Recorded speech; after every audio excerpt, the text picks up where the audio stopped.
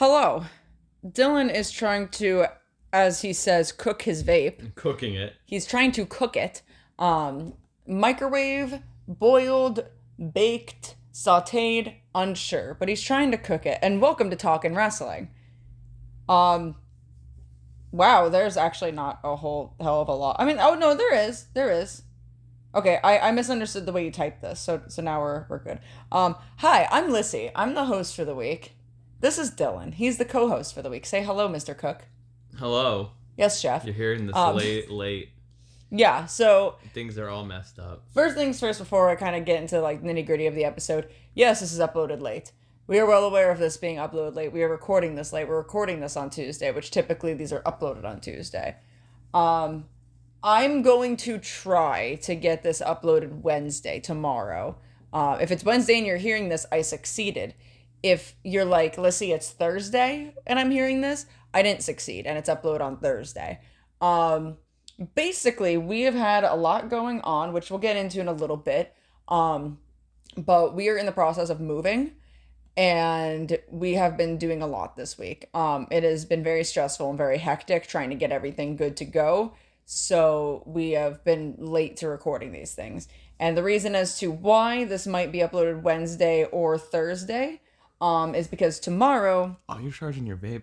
I am. Oh, man. You need to charge your vape? Yeah. All right, it's fine. I don't... Mine can like That's hold why on it's for a not little hidden. bit. That's why it's not hidden? It's not because you put it in the microwave? Yes. He didn't, for context. But because tomorrow I have to wake up early and go get the electric turned on at the new apartment, which means I have to wait between the hours of 8:30 a.m. and 12 p.m. And then I have work at 1:30 p.m. So, with that being said, if they show up early, then I'll probably be able to get to editing the episode and uploading it. I might do it after work because I'm out at like 6 o'clock at work, so I might do it afterwards. It might depend on how tired I am from being up at 8:30 in the morning, if I want to or not. Either way, I don't go into work till later on Thursday. So at the very latest, this will be uploaded by noon on Thursday. Things are all messed up right now. But none of that matters, right? Because you're listening to this now, which means that it is uploaded. So yay. I figured it out, whether it was Wednesday or Thursday. It's here. And it's queer. And we're ready to talk about wrestling. So, before we get into the shebang of everything that's been going on this week, I'll give a little bit of a rundown. So we'll talk about some wrestling news and wrestling stuff and wrestling things that had happened this past week. Talk a little bit about Dynamite. From last week. Talk a little bit about Survivor Series. Talk a little bit about Raw from this past week. Yes, there's nothing Raw or SmackDown from last week. Raw from, what's today's date? The 3rd? From December 2nd. Yeah. And then we'll be doing the rest of the week. So really, it's kind of a short-ish episode. Honestly, we have more to talk about in wrestling news than we do in anything else.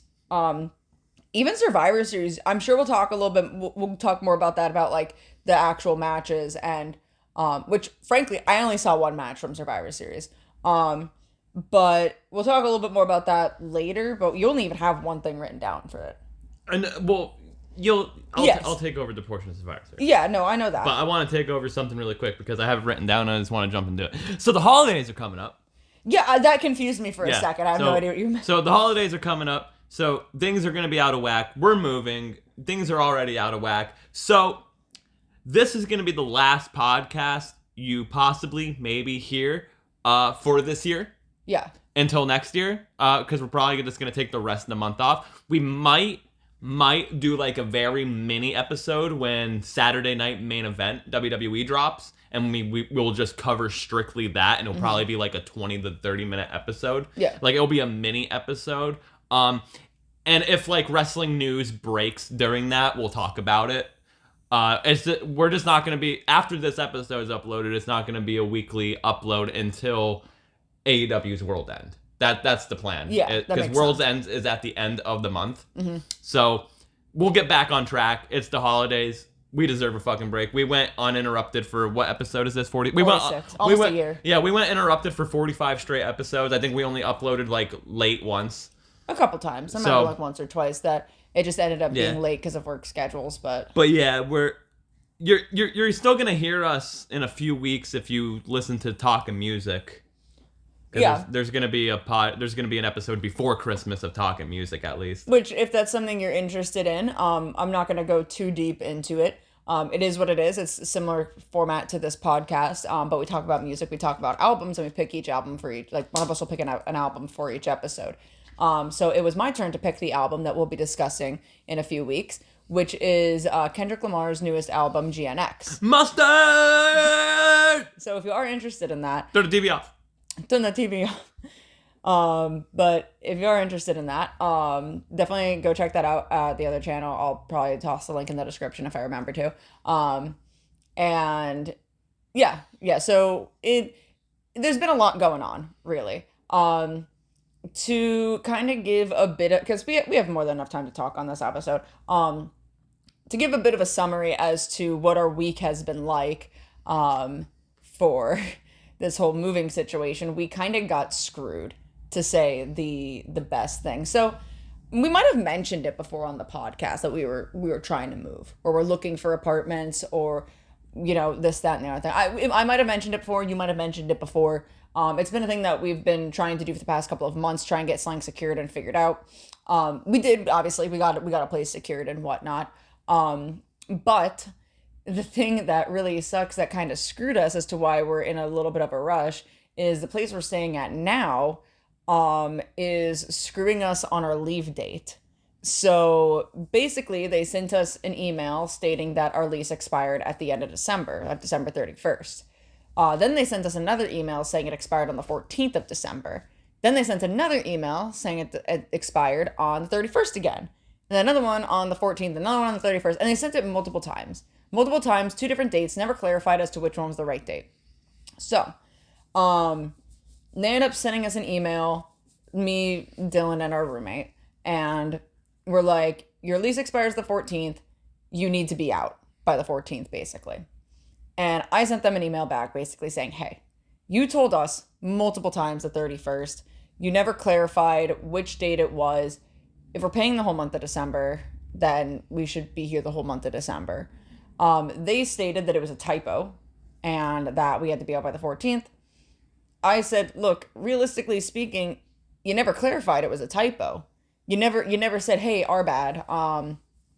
We were incorrect in the date. This is your actual move out date. So that was kind of fun. Basically, at the end of the day, they were like, no, look, you have to be out by the 14th. They're not going to give us a grace period about it or anything for making the mistake multiple times throughout emails and giving us a wrong date. And this all happened last week, yeah. I think. Mm-hmm. This all happened last week. So we have been rushing around trying to get everything packed and whatnot because our time went from 4 weeks to 2 weeks, pretty much, as to, oh, sorry, that's just TikTok notifications, as to getting out, basically. So that really fucking sucked. But nonetheless, we're at a pretty solid spot with it. I would say we got about like 50% of the packing done. Yeah. I would say that's a fair assessment. About 50% of it done. And, we still have mainly like clothing, bathroom stuff, kitchen stuff to do, and then like the big furniture. But that's not getting done until like the actual day of the move. We don't have the equipment to move any of that. My dad's getting a U-Haul. We have some friends helping us out and whatnot. Plan is to have most of the boxes out of here by the move out date. A little bit earlier than the move out date, our day that we're just moving everything. We could technically stay in the other apartment if we wanted to. It would suck because there's no heat or electric. Which is why I'm waking up waking up for 8:30 in the morning. Oh, there's Ghost. Oh, you still have the thing on, bud. Here, I'll get it off you. He has it wrapped around his stomach. Oh. It's like tight. You might have to do it. Okay, let me pause this. Yeah.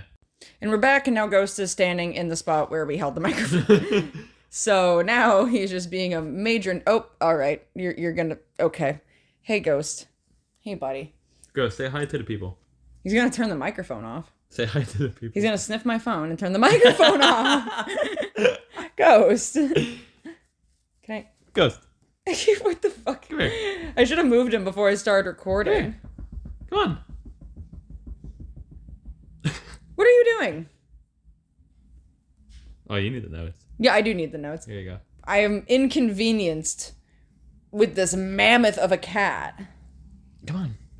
Go that way. Come on, buddy, move. There you go. Alrighty. I forget where we were talking about all of this. The apartment. Yeah, the apartment, the heating bill, everything that's gonna be all on and whatnot. So, long story short, very long story short, we're rushing to get things packed. We're very stressed. But by this time next week, literally by this time next week, we'll be in the new apartment. Everything will be sorted. I want to make, because we're going to have a spare room, I want to make our spare room either a collectibles room or a walk-in closet.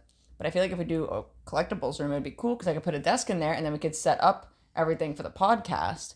And, you know, instead of trying to just do it laying down in bed and having the cats jump on the bed and stand in the way of the mic set and whatnot. But Dylan's like, we have to see when we get there. And we got there, dropping off some boxes, and we're in the living room area where there's a porch, which is super nice. And Dylan's like, see, here's where the couch would go, and then we could put the TV here. Yes. And I want a couch because I'm Dylan, and I want to lay on couch and watch football time. Yes. But yeah, anyway, aside from all of that stressful stuff, I mean, nothing else interesting has happened this week, to me at least. Work pack move, spend money to move, be broke. But Dylan had something really exciting happen to him today. I got a McRib. No? You got 2 McRibs. I got 2 McRibs. McRibs are back. Very excited about that. The R in Talkin Wrasslin stands for McRib. Just so you know. McRib is good. You should post a picture of me with the McRib. I'll pop it in there. And they can find the hidden image of the McRib in the picture. Did Dee Dee just meow? Yeah. Okay. Aside from that, anything else fun and interesting happen this week? Anything you want to add about moving that does not dox where we live and the area of which we live? Because I know you have a lot of strong feelings about this apartment building that we're in right now. I hate this apartment. I hate it. I hate this city. I hate the landlord. I hate this place. I can't wait to move because then the other place is very nice.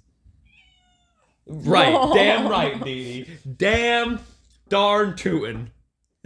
I hate this town. It's so washed up, and all my friends don't give a fuck, basically. That's what Dee Dee said. Yeah, that's what Dee Dee said verbatim. He doesn't even want to be pet. He just wants you to acknowledge he exists. I acknowledge you, my tribal chief. Anyway, enough about us and our stressful situation of moving and living and being broke and the cats yelling at us. The cats own this place. Yeah, the cats own this place, basically. They pay the rent. We're going to get into some of this wrestling news now. Dylan, I will let you start talking about this one because, frankly, I need a sip of my Red Bull because I've been up since 3:30 in the morning and I am feeling the sleepiness. So, first thing we're going to start with is AEW has pulled Ricky Starks from the GCW shows. Dylan, take it away. Tony Khan, you're a bitch boy baby that needs to grow the fuck up and just, you know, stop holding your talent hostage, number one. Glad Penta's free from your fucking, whatever the fuck you want to call it, clown show of a damn fucking wrestling promotion at this point. But, so, as we covered last week, Ricky Starks appeared in GCW. Mm-hmm. And he was going to do some GCW dates because motherfuckers being held hostage. You do some GCW dates. Why not? You know, Mox is allowed to do GCW. There's so many others. Dan Hounson's still under contract and he does GCW. They just put out a new Dan Hounsson shirt today. Where the fuck has Dan Hounsson been? In GCW and making money off merch. Exactly. Dan Hounson's smart. But, so, Ricky Starks did an interview with Chris Van Vliet. Go look it up. It's a very nice interview. Very well-spoken Ricky Starks. And he spoke the truth, and I guess Effie did an interview. They're blaming Effie. Well, this is Effie's podcast. Yeah. Oh, it's Effie's podcast? Effie's I thought it podcast. was an interview. No, it was his podcast. I like Effie, but I just don't listen to his podcast. I didn't even know he had a podcast, to be honest with you. Yeah, it was actually how he was advertising the episode for the podcast was that clip. So like I don't even know if the podcast episode was out yet or if it was just this advertisement just for like full transparency.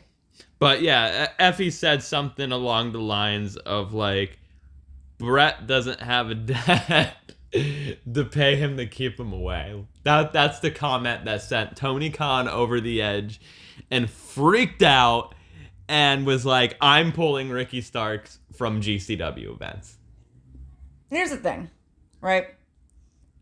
The main point and takeaway of this is Effie's not at fault in my opinion. No, but let me talk. So Ricky Starks should be allowed to go to any independent that he wants to under contract with AEW. They've let all of their talent go to independents, including GCW. There never necessarily, there was a working relationship, but there was never any sort of like deal between AEW and GCW. So I don't think that like Effie ruined any deal between AEW and GCW because there never was. It was just, you can use some of our talent, we can use some of your talent, get exposure for each brand, whatever. That's just how it is type of thing. But they're not like connected, working together. They're two very, very different playing fields. You know what I mean? So I don't think Effie damaged like much of like any sort of profit that GCW could. I mean, maybe like, oh, Ricky Starks, that's a well-known name. This and the other thing. Mox, that's a well-known name. Maybe. I don't really know. We kind of have to see how that pans out later on down the line. But it's not like he fucked up some contract. You know what I mean? Seems like a lot of people are taking it that way as like Effie like fucked up this like contract deal that they had. That's from what I understand, that's not what happened. Even Joey Janela clarified that and being like, there has never been like a deal between the two of them. It just is what it is. Like, just some people come over, some people don't. That's also Joey Janela talking. It's true, but the thing is, that's also not necessarily incorrect because AEW pulls a lot of people from the indies, whether it's just jobbers for a squash match or whatnot. You know, AEW's constantly bringing in local talent on their shows. I don't really know the last time I've seen local talent on a WWE show that's not like a house show or like a dark match. You know what I mean? Well, WWE doesn't really do squashes anymore. Well, no, exactly. But like AEW brings in people for squash. Well, no, you see local talent in WWE all the time. Who do you think are playing the security guards? I know that, and but stuff like that. I'm saying like in matches and stuff. You know what I mean? Well, yeah, they just don't do squash matches. So like, but what I'm saying is like AEW is more prone to doing that. Yeah. To working with different independents, local independents, bigger independents. It is what it is. Well, yeah, we saw Cheeseburger. Yeah. So like that's like a whole thing. We already been known that. Here's the thing, right? Well, as a person that's not in the professional wrestling business, would I be really mad if someone like shot on my dad? Yeah. Because I love, and let me finish, don't even say anything. Would I be really mad about it? Yeah, I love my dad. And, you know, if someone wants to say some bullshit about my dad, they want to say some bullshit about my dad. That's that, like, and that could upset me, and that has every right to upset me.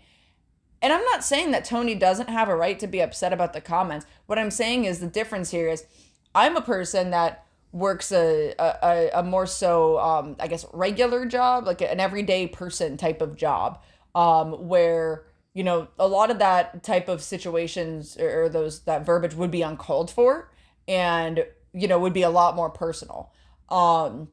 Where unfortunately, again, while Tony's allowed to be upset and allowed to be mad about the given situation, I also think that there needs to be some sort of professionalism upheld.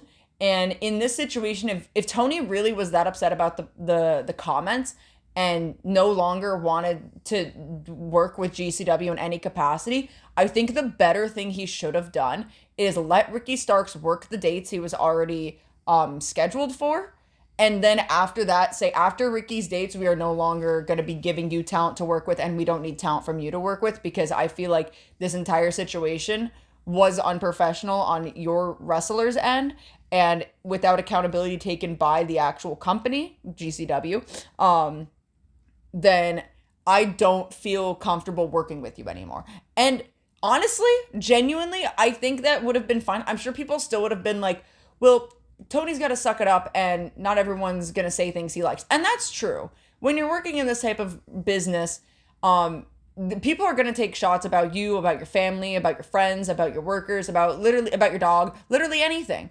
They'll say anything that they can to get under your skin, and you do need to grow that thick skin. But I'm also a firm believer of, if you do not appreciate how another company is handling things or how their wrestlers are handling things and what repercussions they have or don't have, you do at that point also have the right to no longer work with them. So do I think Effie's wrong in saying what he said? Not really. Do I think it was maybe a little sly and a little shitty on his end? A little cheeky on his end? Kinda, yeah, but also like, what are you going to be expecting from the independent deathmatch company? You know what I mean? You're going to be expecting some of that edginess and some of that like attitude coming from them. Do I think Tony was in the wrong for feeling the way he felt? No, but I think he's incredibly wrong in handling it the way he handled it. So this is my thing with it. Does Tony have every right to get mad? Yeah. Yeah, like, I mean, he's defending himself, he's defending his family, he's defending his business. Okay, I'm not going to argue with that. Do I think it's fucking childish? Absolutely. Do I think it's childish how the way he's acting? Absolutely. Do I think it's fucked up that he's pulling talent from dates? Yes, but also no. But then again, yes, because if he's going to pull him and use him, okay, understandable. Yeah. Understandable. But we know, Lyssie, as an AEW freak, you have to admit. Yeah. No, he's not going to use him. Is he going to use him? He's not going to use Ricky, which still pisses me off to this day because I fucking love Ricky Starks.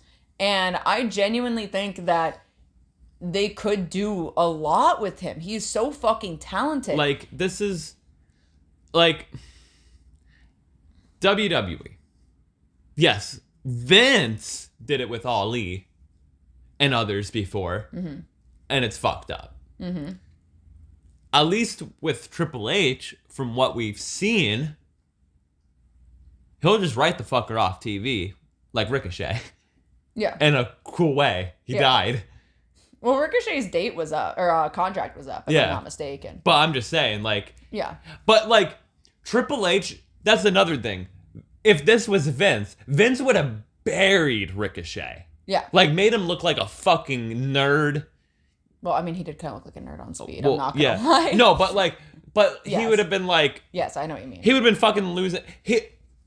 You weren't watching around the time, but you probably seen videos. Do you remember when Dean Ambrose was leaving WWE? Yeah, and they had him fucking like. That's when he tag teamed with the Plant, right? No. That was before that. That was before that. Oh wow, they were really shitty. That Dean Ambrose, when he was leaving WWE, they like he lost to EC3 in like 3 minutes, and then he got like he took a bump from Nia Jax. Yeah. Like, I mean, FTR wasn't on their way out at that time, but we saw what they did to FTR. Wow, I can't believe... Because, again, I wasn't watching during this time. I know that they, like, fucked He Mox. didn't team with the Plant. He just had a Plant. No, it was his tag team partner. He didn't actually team with the... No, but that was the thing. You know what I mean? Like, there was his tag team partner. Oh, my God. Like, that's what I was like. That had to have been around that time, right? Because that was fucking stupid. Anyway, Tony's a fucking child, bro. Yeah, I think the whole situation really could have been handled a lot better. I think both sides in this are wrong. I think both sides in this could have handled it a lot differently. Again, did Effie need to really go out there and say what he said? No, but Effie also has the right to speak his mind and say whatever the fuck he wants. You know what I mean? You can't silence a grown man. Like it's not like Effie literally said like fuck Tony Khan and fuck Tony Khan's dad. Yeah. He literally honestly, I think he spoke the fucking truth, if I'm being fucking fair. I don't think Tony Khan's If dad... Tony was my kid, I'm paying him to stay away. I'm sorry. I don't think Shad pays him to stay away when he does when Tony has a spot on the Jaguars fucking How's payroll. that going?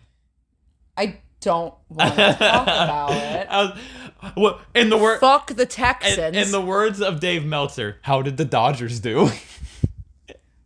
Fuck the Texans. Fuck Azzy, whatever the fuck his name is. Fuck the Texans. Yo, fuck D'Amico Ryan. You see what the head coach said? Yes. Fuck D'Amico Ryan. Fuck the Texans. Yeah, fuck the Houston Texans. The main way I've been keeping up with what's been going on is quite literally Corey on Twitter.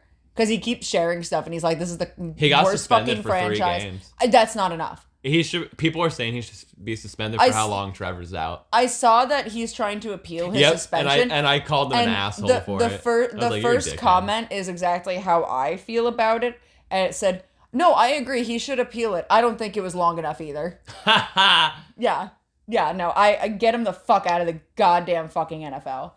No. He did he did appeal it, and the NFL responded like back to the appeal and was like, no. Pretty much. Like I'll find it because I like the tweet. Well, this is talking football now. I mean, apparently, fucking the wrestling podcast do it because it's the Jacksonville Jaguars. Because I like this. So hold on a second. Here. Well, while Dylan's looking for that, Trevor is okay. From Adam Schefter, Shefty on Twitter. God, that's a long post. I'm gonna read it though. Okay. NFL Vice President of Football Operations John Runan issued the suspension and wrote in a letter. During your game against the Jacksonville Jaguars on December 1st with 4:20 remaining in the second quarter, you were involved in a play that the league considers unacceptable and a serious violation of the playing rules. Video shows you striking the head/neck area of Jaguars quarterback Trevor Lawrence after he clearly goes down in a feet-first slide. You led with your forearm and helmet and delivered a forceful blow to the head/neck area of your opponent when you had time and space to avoid such contact.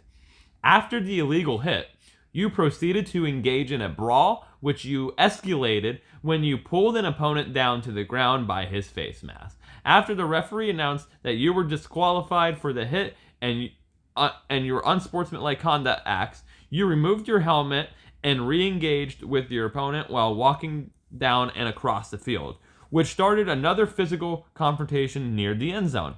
Your lack of sportsmanship and respect for the game of football and all those who play, coach, and enjoy watching it is troubling and does not reflect the core values of the NFL. Your continued disregard for NFL playing rules puts the health and safety of both you and your opponents in jeopardy and will not be tolerated. I was listening the whole time, I promise, but Ghost was like licking himself and he started rolling on the bed and he's just so cute. Look at him. You are so cute. Look at those little white dots on him. I know, he's so old. He's such an old man, buddy. Yeah, so fuck the Texans basically. And I'm really happy for my team. We lost the game. Fuck you, Mac Jones. Lost the game.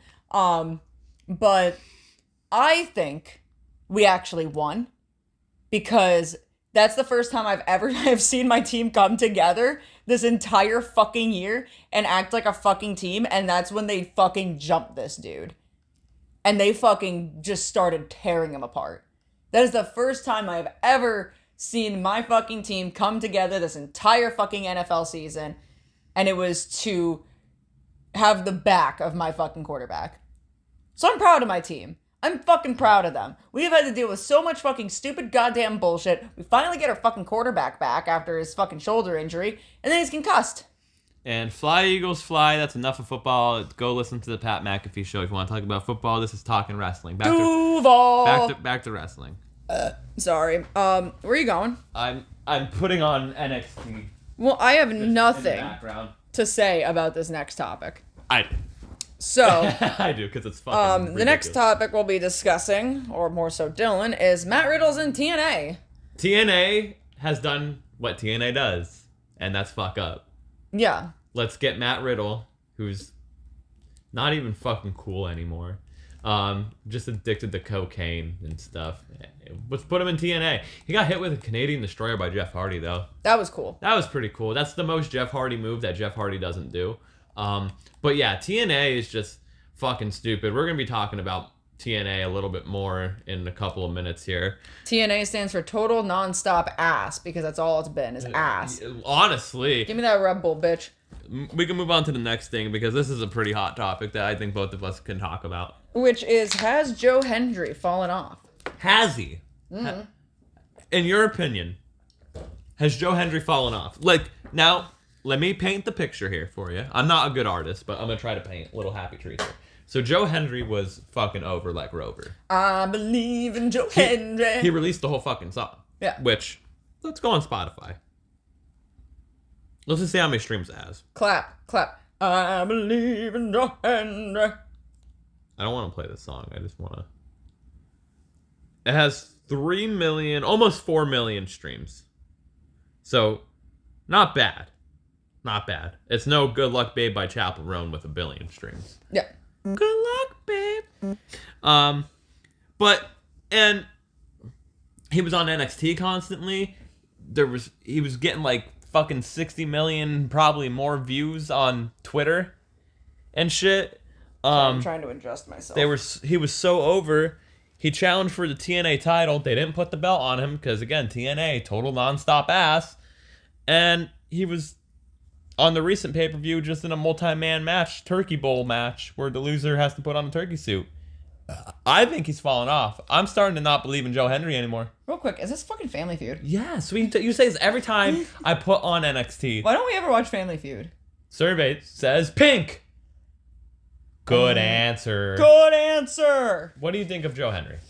Here's the thing, right? I haven't seen actually legitimately enough of Joe Hendry to form a genuine opinion. Like, people don't talk about him on Twitter anymore. That's the thing that I was gonna say. Like, I don't know enough about him or his matches really, aside from like the songs he sang that were funny and some stuff that I saw of him, here and there, do like clips and whatnot on the internet. But he's a meme wrestler.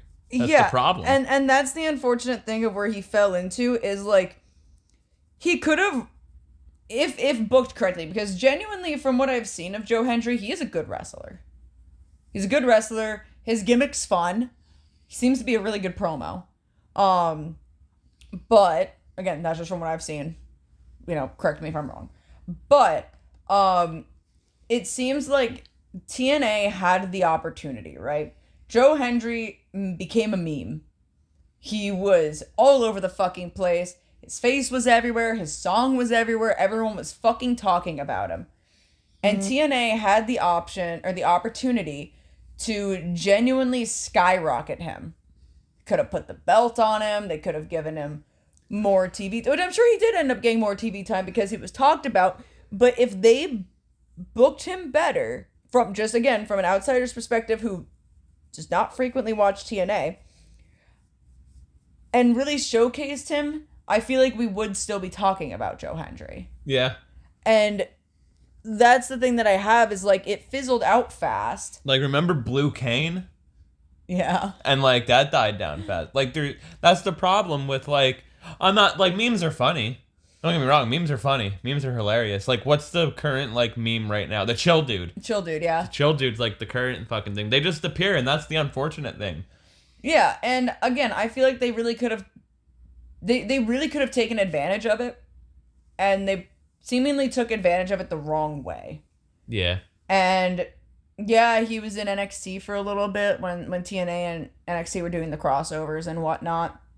And genuinely speaking, and maybe this might come a little bit of a shock coming from me, but I genuinely believe that if WWE was able to pick up Joe Hendry during this TNA WWE thing, if they had the opportunity, because at that point we're still pretty high on the Joe Hendry hype train. If they were able to pick him up during the hype train, I believe that WWE would have done a better job of keeping that fucking heat going for him. The good heat, the yay heat. But, I mean, to be fair, they were only allowed to do so many things with him because he's still under contract with TNA. That's what I'm saying. Like, if it was a situation... They're not going to put a TNA... like, it's WWE. Well, no. They're not going to put a TNA guy over. That's not what I'm saying. What I'm saying is, like, if, let's say, so happened Joe Hendry's contract was coming up, he was doing these shows for NXT with WWE, his contract was looking to expire, and he was looking to maybe go over to WWE. I still think he's still going to. I think so too, but I feel like if that were to happen at that time, WWE would have done a better job with it than TNA. And I think that really if TNA like actually showcased him enough and really put it out there, with how popular that meme was and how literally everyone was talking about him, they would have been able to get a lot of a higher viewership, but we are where we are with it. So, I think that there'll definitely be like a Joe Hendry comeback. I could see them doing a lot more with him once his contract's up and everything, but you good? Is that okay? Okay. But yeah. That's what I wanted. Sure. Anything else you have to say about Joe Hendry? I know I said I don't believe in him, but I still believe in him. But it's just an unfortunate thing. Yeah. From London. In Paris. I'm not reading this how you wrote this. Yes, you are. No, I'm not. Because that's how I feel about this. Well, these are Dylan's words. Not exactly mine. But Kota Ibushi is a fucking dumbass, and I honestly think it's time for him to hang it up. Motherfucker's wrestling with an open staph infection. It's not a staph infection. It's a staph. No, it looks like a staph infection. It has come out that he does not have a staph infection. Who does come out from? I've seen it on the internet. Exactly. Sources trust me, bro, right now. Who said it? I didn't see the specific report. Did Dave say anything? I will be honest. I did not see the specific report about it. However, I have seen a lot of people talking about the fact that it wasn't a staph infection. It looks like a staph infection. But here's the thing, right? In the same concept, it's still an open wound that you shouldn't be fucking wrestling with. Either way, yeah. Especially with it like not patched up or like something over it. You know what I mean? Like, here's the thing: if it's not infected and it's just like a nasty fucking like, I don't want to say like blister or whatever. It should be covered either way. It should be in some sort of bandaging. You should not, because then if it's not, that's how you get an infection. It should be covered either way, and I'm just gonna fucking say it. This might be fucking controversial. Just believe in modern medicine. Does he not? Yeah, he doesn't believe it. I gotta choose my words fucking wisely here of how I'm gonna say this. Particularly Japanese wrestlers don't believe in modern medicine. That's why so many of them die in the ring. So is it more of like a like a natural medicine type of thing to like like the best way of like natural healing? Yeah, type of thing? pretty much, because again, got to choose my words wisely and try to dance around things here. Of like, so I don't want to say something that's wrong or offensive or like fat. Like, I don't want to get fact checked. I'm just going by facts that I've heard from like sources like Dave Meltzer and the wrestlers themselves. The Japanese wrestlers, and I'm particularly singling them out, yes, because it is mostly them. I don't know what goes on in Mexico. I just know they wear masks and do some cool flippy shit. The Japanese wrestlers, because it's such a hard physical hitting style, they are trained, like they kind of just like they get immune to it. You know what I mean? Well, here's the thing. The pain and stuff. Here's the thing, right? When it does come to Japanese wrestling to begin with, it is kind of just like you're worked down to the bone. Yeah. And you don't really, like, I hate to say this. Like, you don't have really the time to take off. Like, that's the unfortunate reason why Misawa died in the ring. Mm-hmm. Because he didn't really believe. I don't know, like, truly, but he didn't really believe in the modern medicine and just wear and tear on your body. Well, I'm wondering if it's necessarily, like, not believing in modern medicine, or if it's something along the lines of just, like, it's ingrained in your brain of just, like, you work hurt. That also could just be a thing too, but that is such an old school thing where now you don't want to work hurt. It's not worth it. That's in people's heads. Except if you're me, then you work hurt. But there's still like that's the thing as well of like there is still people with that old school mindset that do work hurt. I've done it. Fuck, Bryce has done it. Well, the thing is, like, I'm even saying, like, I don't even really know how. I mean, I don't live in Japan. I'm not Eric Japanese. Bischoff's gonna be on NXT. Jesus Christ. And I'm definitely not a Japanese wrestler. You know what I mean? So I don't know to say for certain, but I do know how even a lot of people were talking about how, like, this is kind of similar, a little bit different, but a lot of people are saying, who gives a fuck that Okada is in the States doing comedy shit right now?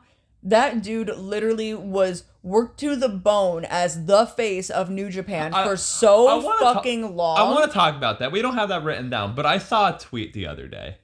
I don't want to like get into an argument. I just want to talk about this really quick since you brought up Okada. Okay. So that wasn't the point I was making, but okay. No, go ahead. Finish. The point just remind me. The point I was making is Okada, like, he's been wrestling for a long time, yes, but is still what I would say of a much newer generation wrestler than Misawa. So yeah. Yes.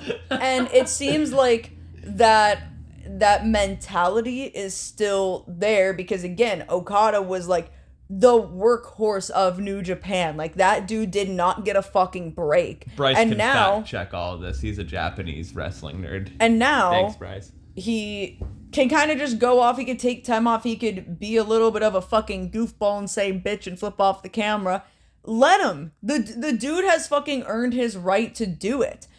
But my point is, my point in all of this is with that still kind of being the mindset that a lot of people have about Okada, it's not necessarily foreign of an idea to me that Kota might still have that same exact mindset ingrained in him, even though he was over in like DDT and stuff. You even gotta think Kenny as well. Kenny fucking was working with Vertigo. We're not even talking about what he has now and everything. We're talking about. And he tried to work through the diverticulitis. I was gonna say, yeah, like he was days away from dying. Yeah, like, and I mean, he started wrestling in Canada, of course, but very quickly went over to Japan. And was in DDT and then fucking New Japan and everything and became the workhorse over New Japan. Like I said, it does happen where you do have, some people do have that old school mind frame still of like, well, I'm just going to work hurt. And that's the thing is that I think a lot of this is ingrained in them of, it seems. You work hurt because you don't want someone taking your spot. You don't want someone taking your spot, and also like if you are that high up of a face like Kota was, you're expected of a lot. Yeah. So you don't have the opportunity or option really to go seek help or go do this. And even though like this honestly could just be some fucking gross ass cut that he has or some fucking stupid fucking burn blister. For all we know, he burned himself on his oven somehow. He was reaching into his oven, full torso, shirtless, burned himself on the oven, has a burn blister, right? Who knows? I don't know what the fuck the thing came from. If someone put it out there, you can tell me. I don't know what happened, but it just looks nasty. It does. But the thing is the fact that like the fact that the thought didn't cross his mind or anybody, because it's not just Kota, the promoter, not even the promoter's head or if there is a medical staff, which I assume there would be, to, hey, maybe we should cover this thing with just like a Band-Aid, like a good old big Band-Aid or some gauze and some tape or something. Like, the fact that thought didn't cross anyone's mind doesn't put this fault only on Kota. It puts the fault on the promotion entirely. Not entirely, but as well. And it also just goes to show that multiple people saw this. Multiple people have that same mindset. So that mindset is still well and alive over in Japan. Right. So, you know what I mean? Like, again, I don't agree with it. I'm not going to sit here and... Which is also just really crazy, though, that, like...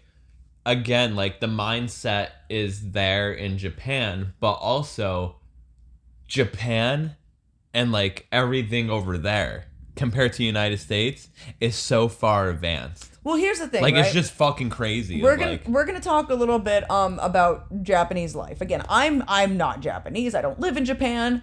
This is just what I understand from the research I've done. It can even be taken very similar, and I'm sure this is the reason as to why. Work ethic over in Japan is fucking insane. Well, yeah. Work ethic over there is basically like your job, your life. Mm-hmm. That's what it is.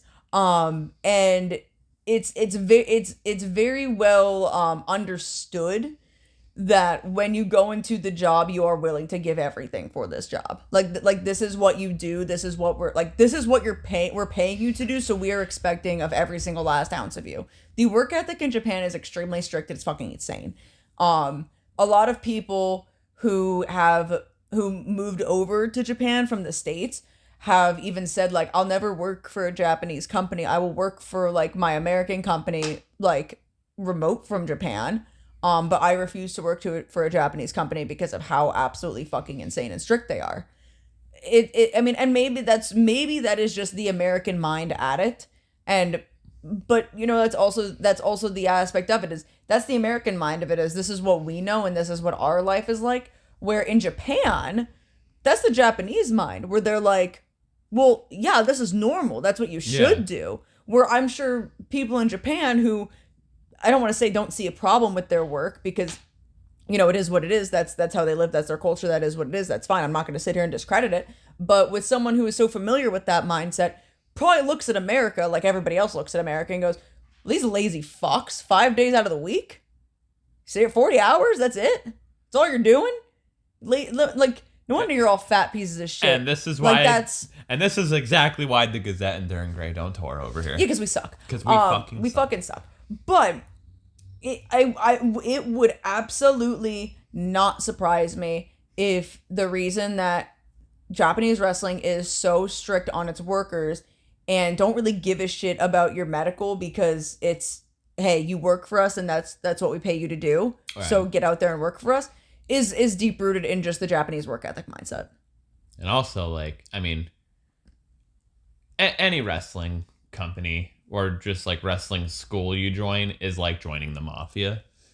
But like a Japanese wrestling school, that's your life. Look, I'm not sure how you're much you're gonna eat, sleep, and breathe. I'm not sure how much the Yakuza is actually a part of wrestling in Japan still. And I'm not about back in the day. Back in the day, yes. Today, I'm not sure, and I'm not going to step into that territory. Yeah, back in the day, go watch any show. Yeah, so I'm not going to step into that territory, but you're right. That's still crazy that they were like there. Yeah, man. Like just chill in front row. They love their wrestling. Chill in front row. I still love the FMW story of fucking Mike Awesome just saving Sabu's life. Yeah. Yeah. But really quick before we get into Dynamite, you said you wanted to talk a little bit about Okada. Okay, yeah. So I saw this brought up on Twitter. So you were talking about Okada being a comedy wrestler in AEW. Doing his silly stuff, yeah. Yeah. Okay, which I like. Okada's a funny guy. Yeah. I enjoy it. But I want to ask you, as like an AEW hardcore, I'm not trying to like bait you or ask you'll understand what I'm saying. So if Okada was in WWE, I saw this on Twitter the other day. If Okada Okada's in AEW, he's doing the comedy stuff. You love it? Yeah. The AEW people love it. Seem to be. Yeah. Most of them. Now tell me, if Okada was in WWE doing the exact same thing Okada is doing now, would you love it or would you hate it? Would you know what I mean? I would actually, genuinely, I'd probably actually still be for it, because my biggest issue with WWE and how they treat their Japanese wrestlers is they don't take them seriously enough. And I'm not saying in the fact of like they're making them do goofy shit. I'm saying is the fact of Shinsuke Nakamura is the king of strong style, and we'll talk about him a little bit more later. But he has consistently just been like lower middle card and hasn't been showcased well. Like he is consistently just in random ass feuds doing a whole hell of a lot of nothing when he's a whole hell of a lot of talent. Okay, what if Okada was like part of like Chase U? That'd be really fucking funny. Or like what if like Okada like showed up in WWE and he was like friends with R-Truth? That would be great. Oh my god, I would fucking love that. Imagine a backstage segment between those two fucks. Like, so with Asuka, I do feel like the crazy Japanese woman gimmick is stale, and if Asuka's cool with doing it, Asuka's cool with doing it. So I don't want to necessarily say like I feel offended for her, but I feel like it does still perpetuate a stereotype, which I feel like isn't necessarily good comedy. I feel like good comedy is, again, like Okada being Japanese isn't the butt of the joke. Okada being a fucking sassy bitch is the joke. But because he's Japanese doesn't have anything to do with it. You know what I mean? Whereas now, if this was Vince's WWE. Yes. Asuka, I still think it's funny to see her walk around just screaming and doing fucking crazy shit and whatnot. But have you noticed that that's like one thing you can differentiate between WWE, Vince's WWE, Yes. and Triple H's WWE. Triple H is at least letting these Japanese and Mexican wrestlers speak their native language. Yeah, and I think it's really important to. And like Damage Control now is, aside from Dakota Kai, a Japanese faction, which is cool. It's falling apart though. It is. But I really liked how EO and it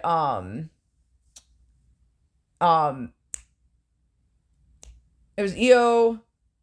Oh my god, who the fuck else was in it? It was EO Bailey, Kyrie Asuka, because Asuka's out of it now, and then Dakota, right? That was Damage Control. Yeah. Okay, yeah, okay. I'm like, am I missing somebody?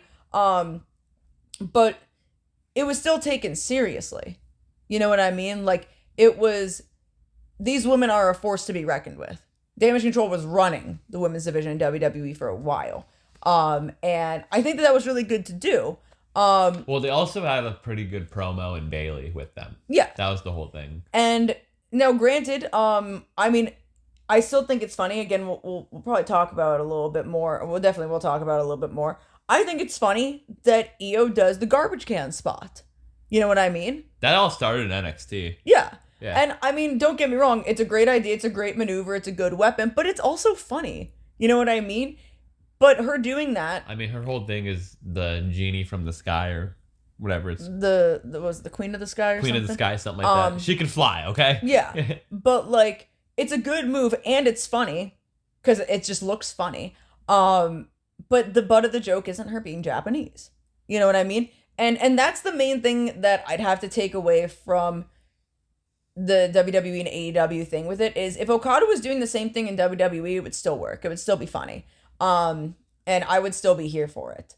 Because frankly, going into this, I'm not even going to lie to you. I know, granted, did I think Okada was going to be bitch man, flipping people off and doing like really funny stuff? No, I thought he was gonna be final boss, but here he is fucking doing time limit draws with Daniel Garcia. I didn't exactly think Okada was gonna go into this being final boss, simply for the fact of what other people were saying of Okada has busted his fucking ass for years, and the wrestling style in America is so different from Japan that I think he's gonna kind of be able to take it easy. He's collecting his paycheck. Yeah. He's getting paid money. Why? Yeah, I don't blame him. Going into it, I was not expecting him to be final boss beast mode Okada. I was expecting him to have solid banger matches, which he's still done. He's had good matches.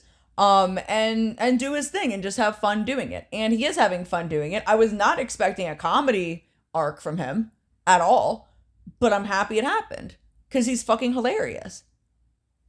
Heel Okada's funny as fuck. All right, I just wanted to know your opinion on that because I saw that on Twitter, and of course, you read the comments on Twitter, and that was a whole cesspool. As long as so I meant to ask you that like off camera, but then I totally forgot about it, and then I was like, oh, you just brought up Okada. This is a perfect time to actually like talk about it. As long as the joke isn't someone's race, that's fair. Yeah, it's fine. You know what I mean? Because your race and ethnicity should not be the butt of the joke. Well, yes, absolutely. No, and that's just the main issue I've had with WWE over the years, with when they decide to do comedy with someone who's not white. But pretty much, if Okada was doing the same exact thing that he's doing in AEW, and if he was in WWE, you would be cool with it. Oh yeah, I'd be fine with it. Like just him, like if he was allowed to say bitch and yeah, it'd be funny. All right, because it's still funny. It's funny nonetheless. Like, again, there's comedy stuff in WWE that I do enjoy that I think's funny. You know what I mean? Not as much of like what I think is funny in AEW, but they still have the aspect of putting it in there. I always say comedy belongs in wrestling. I am never, ever, ever going to be the person that is saying wrestling shouldn't have goofy shit in it. Wrestling absolutely should have fucking goofy shit in it because it's a goofy fucking sport. And that will be my fucking opinion on that till I die. These four ladies are cooking, by the way. Yeah. You have to do the comedy right. Because there's comedy that's done bad that doesn't even have anything to do with anyone's ethnicity or race. It's just bad comedy. Fucking Jericho, bad comedy. That was a cool finish.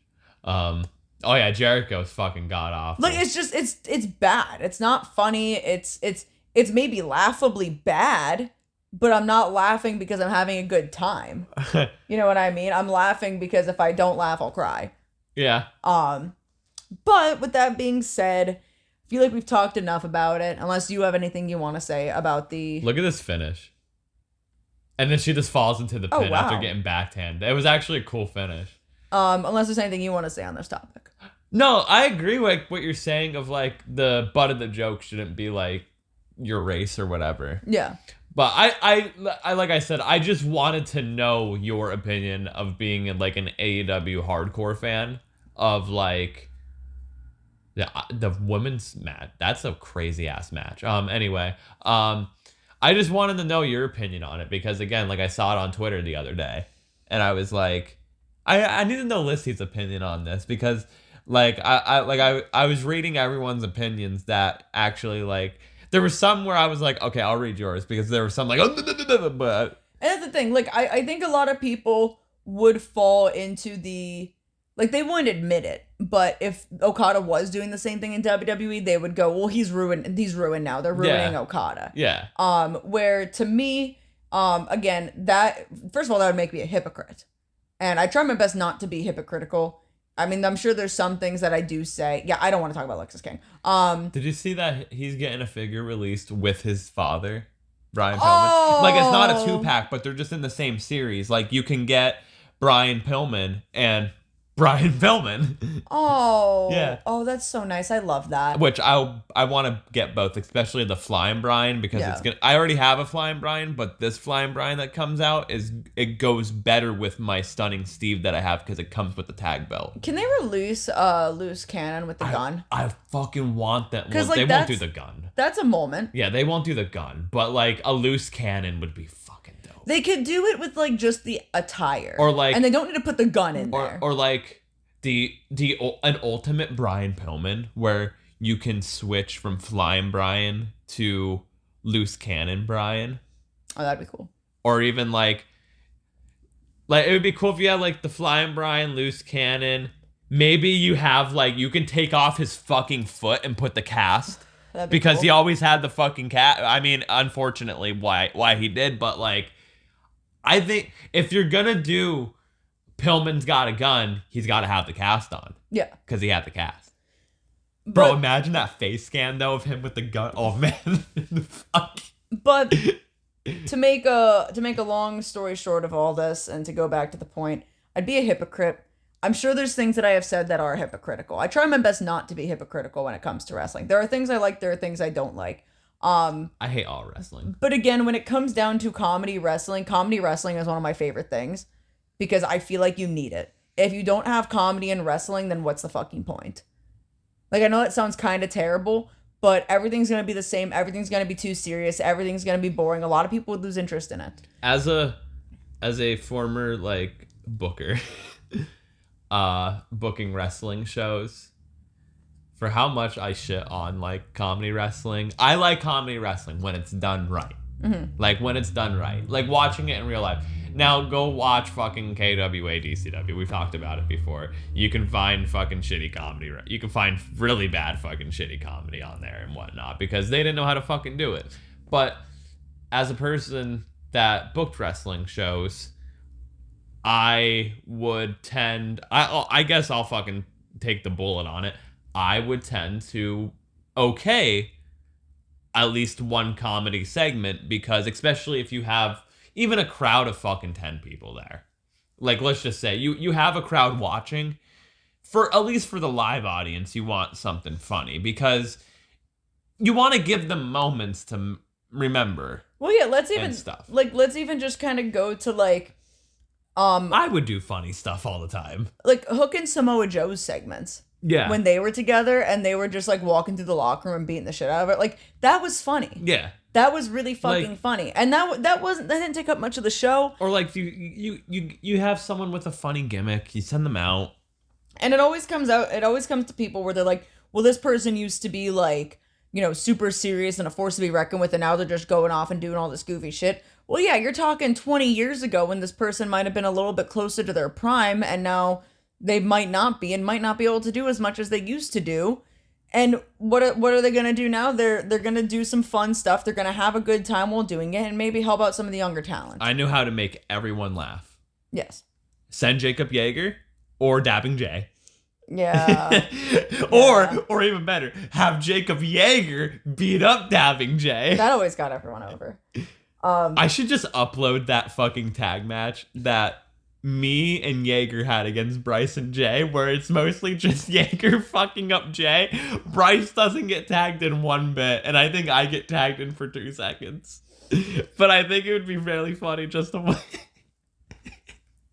Anyway, comedy belongs in wrestling, and if you don't agree with that, well, fucking suck my dick. I'm gonna do the PWG finger butthole spot. Yeah. Invisible grenade with Chuck Taylor. Moving on. We're gonna move on to Dynamite. Not too much to talk about here, but a little bit. From last week. I love All Elite Shelton Benjamin / Shelton Benjamin versus Mark Briscoe. What a fucking match. They killed each other. I mean, Shelton Benjamin was killing Mark Briscoe, but they were killing each other. I'm so, like, I'm gonna be straight up with you. I'm so disinterested of a lot of things that are going on in AEW because, and this is just me. I'm being a fucking hater, yes. I'm so disinterested with all of this shit of, like, AEW is not in a good place right now. I'm sorry, it's not. There's fucking horrible things going on. I'm sick and tired of seeing the same fucking, if you want to say, storylines being fucking told of, like, oh, my friend, I thought we were friends. I'm the spirit of AEW. That's all the fucking storylines are anymore, and it's fucking so ridiculous. I'm interested in the mock stuff because I'm confused as fuck. So it's just keeping me interested. I'm not interested in the matches at all. I'm more so interested in the segments. I don't care what fucking matches we have until it's Darby. I'm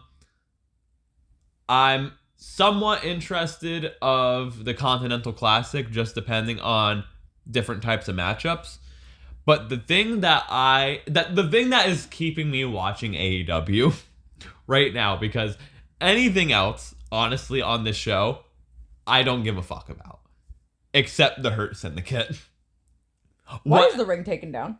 I don't know. Whatever. Maybe they're doing like a fight pit match. Anyway, the Hurt Syndicate is so fucking good right now. Oh yeah. I'm loving give them all the fucking belts. Bobby Lashley's only had like 2 matches, but every fucking Shelton Benjamin match, bro, they unleashed the demon.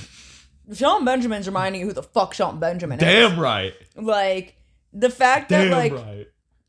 First of all, I've always loved the Hurt Business, the Hurt Syndicate, and whatnot. They were one of my favorite fucking things going on in WWE when they were there. And they were one of the best things in the pandemic. They were. And I'm so fucking happy that they are back together and so far seemingly being booked pretty fucking well. I love hearing MVP talk. I can listen to that man talk all day. The thing is, I don't think they'll ever be booked like shit because MVP will be like, nah.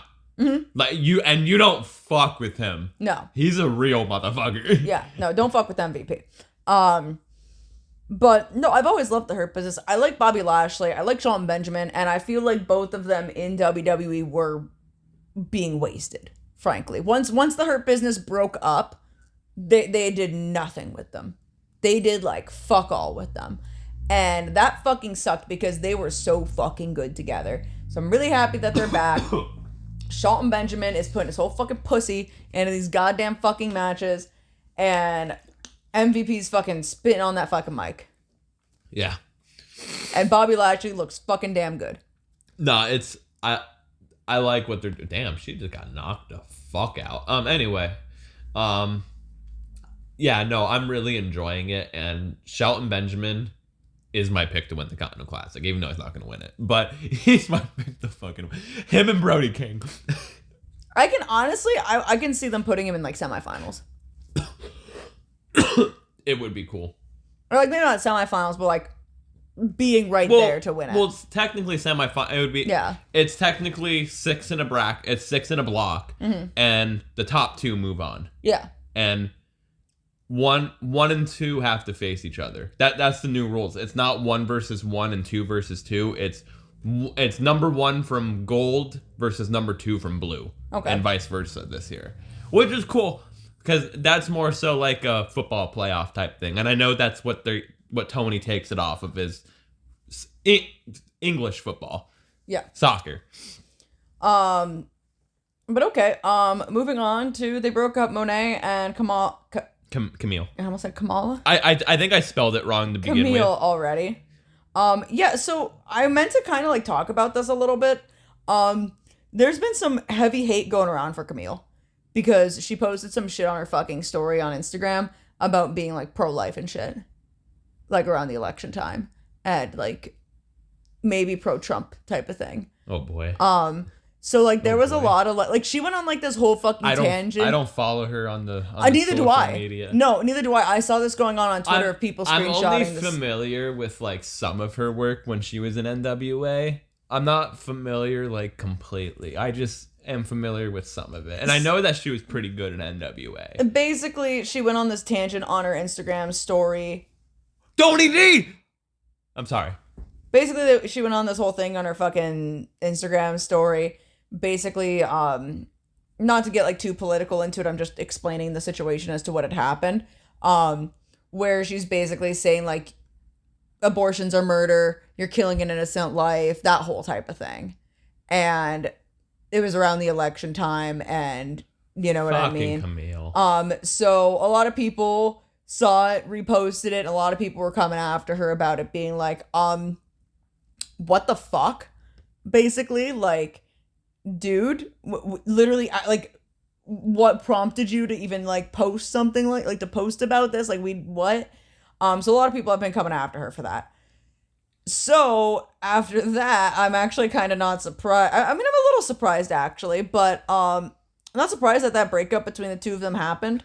I was just more so. I wasn't even taking like real life accountability into all this. I was just going more so into the booking direction of like, bro, this partnership happened like 6 weeks ago. I'm kind of wondering if they're just like yeah, we happened? don't really want you spewing that fucking bullshit on your socials. I didn't know that. I was more so like, why are you guys doing this so quick and soon? I'm thinking maybe that's what it might actually be about. Like they finished this story with Statlander and they're probably like, hey, especially if like, I mean, like, I can knock Tony Khan for all I want, but like, we know that Tony Khan is like not gonna stand for that shit. Yeah, so like, there's been stuff before and stuff, so like it's one thing I can appreciate. I hate to say it this way. I don't mean to like, you know, bring it up or anything, but like in a similar sense of like, there's a lot of WWE talent that would like Logan Paul, right? We'll just take Logan Paul because he's an easy one to hate.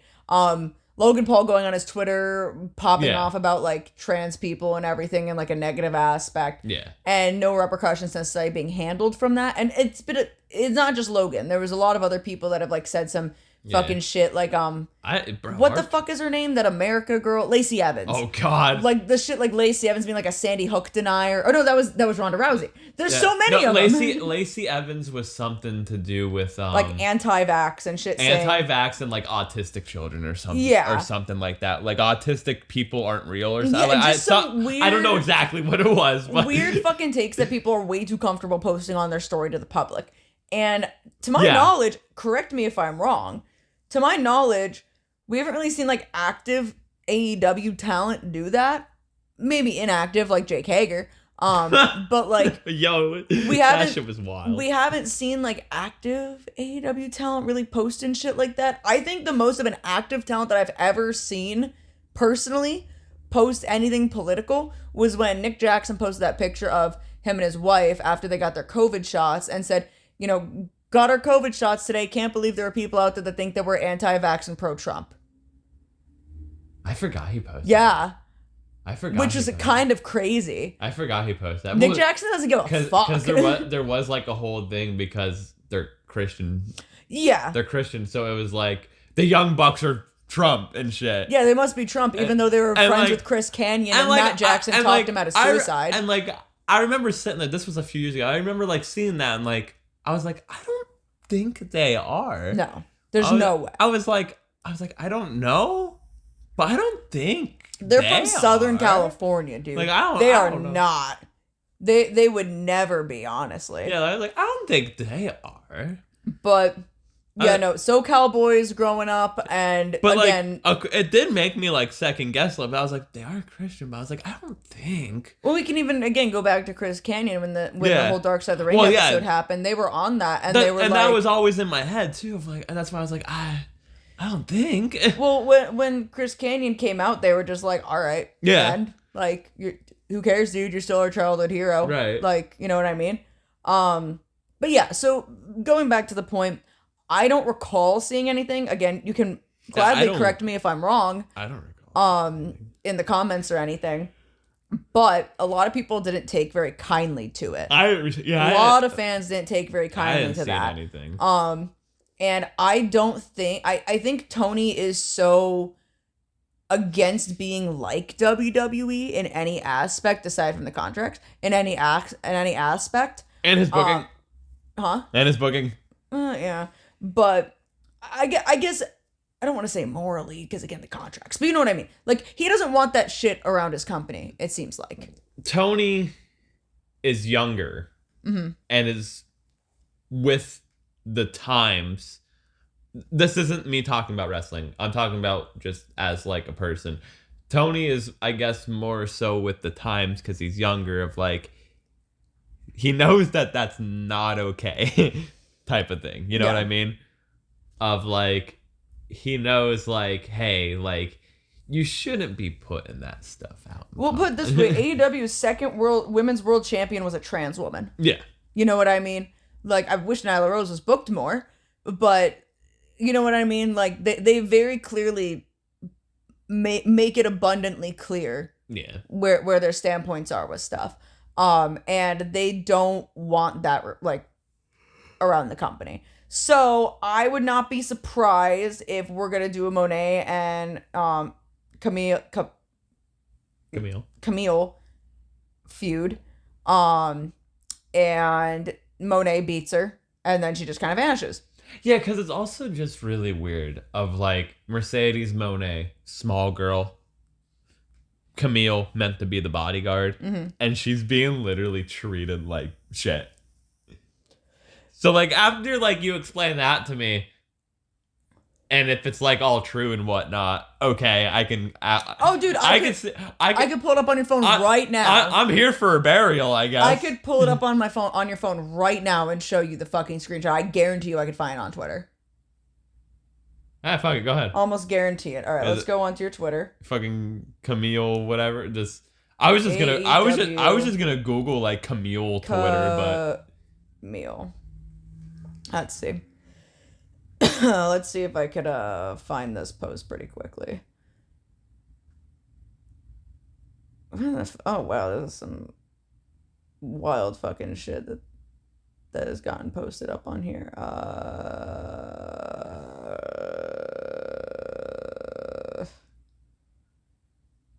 Oh my god, Here. There's so much. I have another idea. You're just gonna Google it. I was gonna Google. Just look up AEW Camille Instagram story. I'm sure it'll come up. I don't know why I said hi. Camille. I'm just gonna type in Camille Pro Trump. Well, I don't necessarily know if that's gonna. Reddit. There it is. Yeah, so I'll read it. Reddit. Because it's a long one. And literally, on her story, just randomly posted this. If the baby inside a woman isn't a human being, in quotations, then what is inside the womb? A baby is a human being at the moment of conception. Science shows a literal spark of light, called a zinc spark, that happens at the moment of conception. At that moment, a human being has been created. There is no way around it. It is a miracle of life, in all caps. And a human being's worth isn't dependent on a location.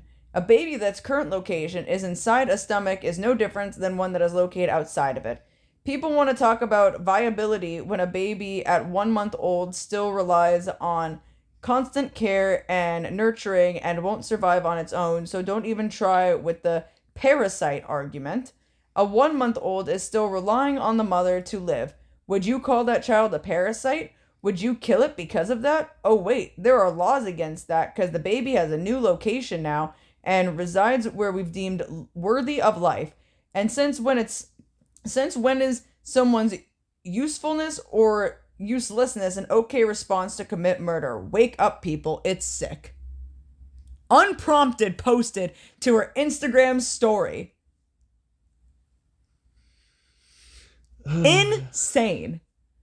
Insane. Did you see the Jake Hager tweet? Oh God, yeah, I saw the Jake Hager tweets. That's my whole fucking thought on this. Yeah. Cause like, all right, for real. I'm being for real when I say this. Tony, I hope you're listening, Tony. Tony Khan. Tony Khan.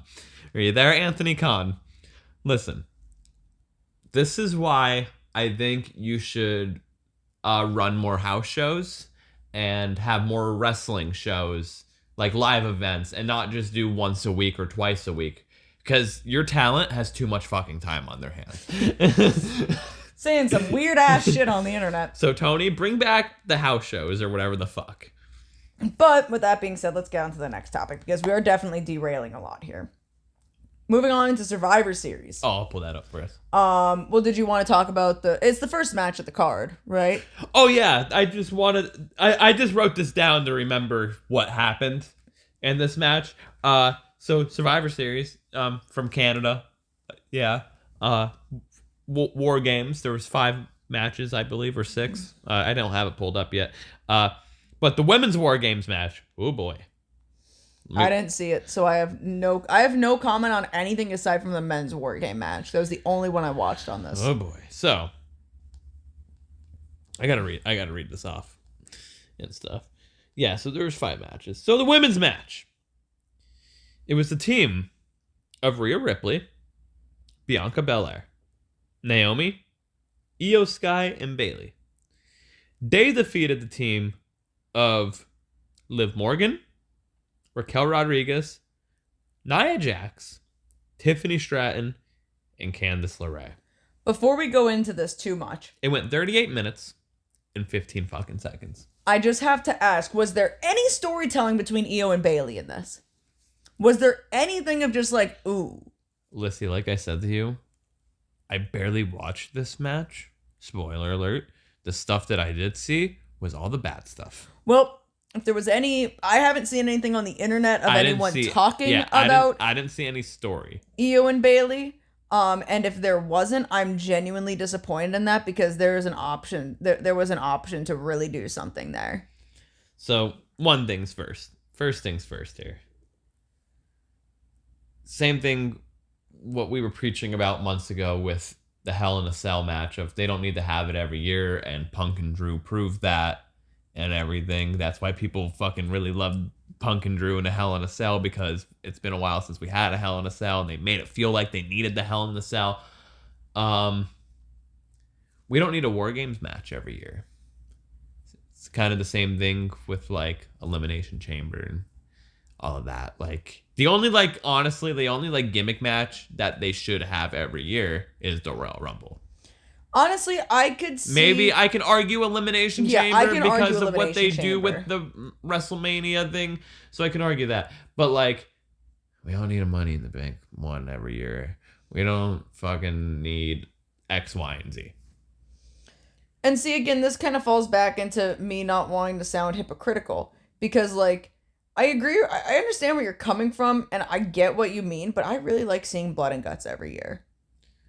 I don't. I do. A lot of people don't. And here's the thing, right? I think the reason I like seeing blood and guts more than I see War Games is, and maybe my opinion will change because they fucking bleed. Yeah, with this, and it's the right rules to a War Games match. Yes, and with War Games being more on like Netflix and stuff now, you know, maybe they'll have a little bit more leniency to some stuff that they can do. But to me, a blood and guts match feels more like Final Destination to a because feud. A blood and guts match is the actual War Games cage with the roof on top. WWE doesn't have the fucking roof on top. And the problem with both is the stupid fucking thing now of everyone's got to bring in a weapon. Everyone. Yeah. Which I understand why, because wrestling has evolved. Mm-hmm. But also, holy fuck, like, it's a headache watching at times. And WWE's version is pin or submission, where AEW's version is the right version of War Games of submission or sacrifice, or you fucking or surrender, not sacrifice. Yeah, you're sacrificing Jack Perry. He did, though. That is true. I mean, Matt did what was the word you just said? Sacrifice. No, before that. Wow. Surrendered. Surrender. Matt did surrender, but because Jack sacrificed. Anyway. And the right thing to do in a War Games or Blood and Guts match is to have the heel team have the advantage. That's the whole fucking point of the goddamn match. The whole goddamn point to the formula is you start off one-on-one. They go for 5 minutes. The next person that should come in to make it 2-on-1 is the heel team, because you want the baby faces fighting from underneath. That's the whole goddamn point. The point of Blood and Guts, the point of War Games is the end-all, be-all, baby faces should just fucking win. End of story type of thing. Unless there's something otherwise going on and the heel team fucking wins. Then it gets a little complicated, but we're not here for that right now. Because the outcomes to both War Games matches, I will say, were the right outcomes. Anyway, the women's War Games match, they have the baby faces have the advantage. Why? I don't fucking know. Fucking stupid. It kind of throws off the flow of the match because you want to cheer for the baby faces. Why are you going to cheer for 2 baby faces kicking one heel's ass? It's supposed to be the other way around, where 2 heels are getting their asses kicked by 1 baby face. Anyway, this match was fucking horrible. Usually, when these matches start, you got 10 fucking people in this goddamn fucking match, and the first 2 people that are in are going the whole fucking match. Usually you put the 2 best workers. That's what you would do, right? Let's see, you would put the 2 best workers in this match. Like in my opinion, if I was doing this fucking match, I would have started with Bianca Belair versus Tiffany Stratton, probably. Yeah. They start with Nia Jax. Mm-hmm. Let's see. Is Nia Jax Nia ass in the ring? My hole. So they had Nia Jax start. My hole. And it was just complete fuckery from there. They brought in a goddamn toilet seat. Why? I don't fucking know. It's because Nia Jax is the shit. Yeah. The drizzling, runny shit. Rhea Ripley had a cool mask. I gotta say something positive about this. Rhea Ripley had a cool mask. The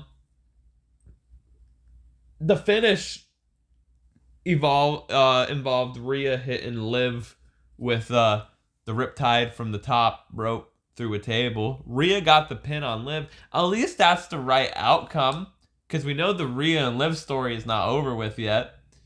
This match fucking sucked. Yeah, it sounds like it was just a disaster. It was fucking horrible. Moving on to another match that absolutely fucking sucked. Before we move on, I am just going to extend this time a little bit because I didn't expect us to talk for as long as we did. I just want to make sure our recording saves. So, okay. Pause. Man, I have not expected us to have to take so many pause breaks between episodes. 2 pause breaks? Anyway, the next match was fucking... It wasn't, horrible, as I was saying.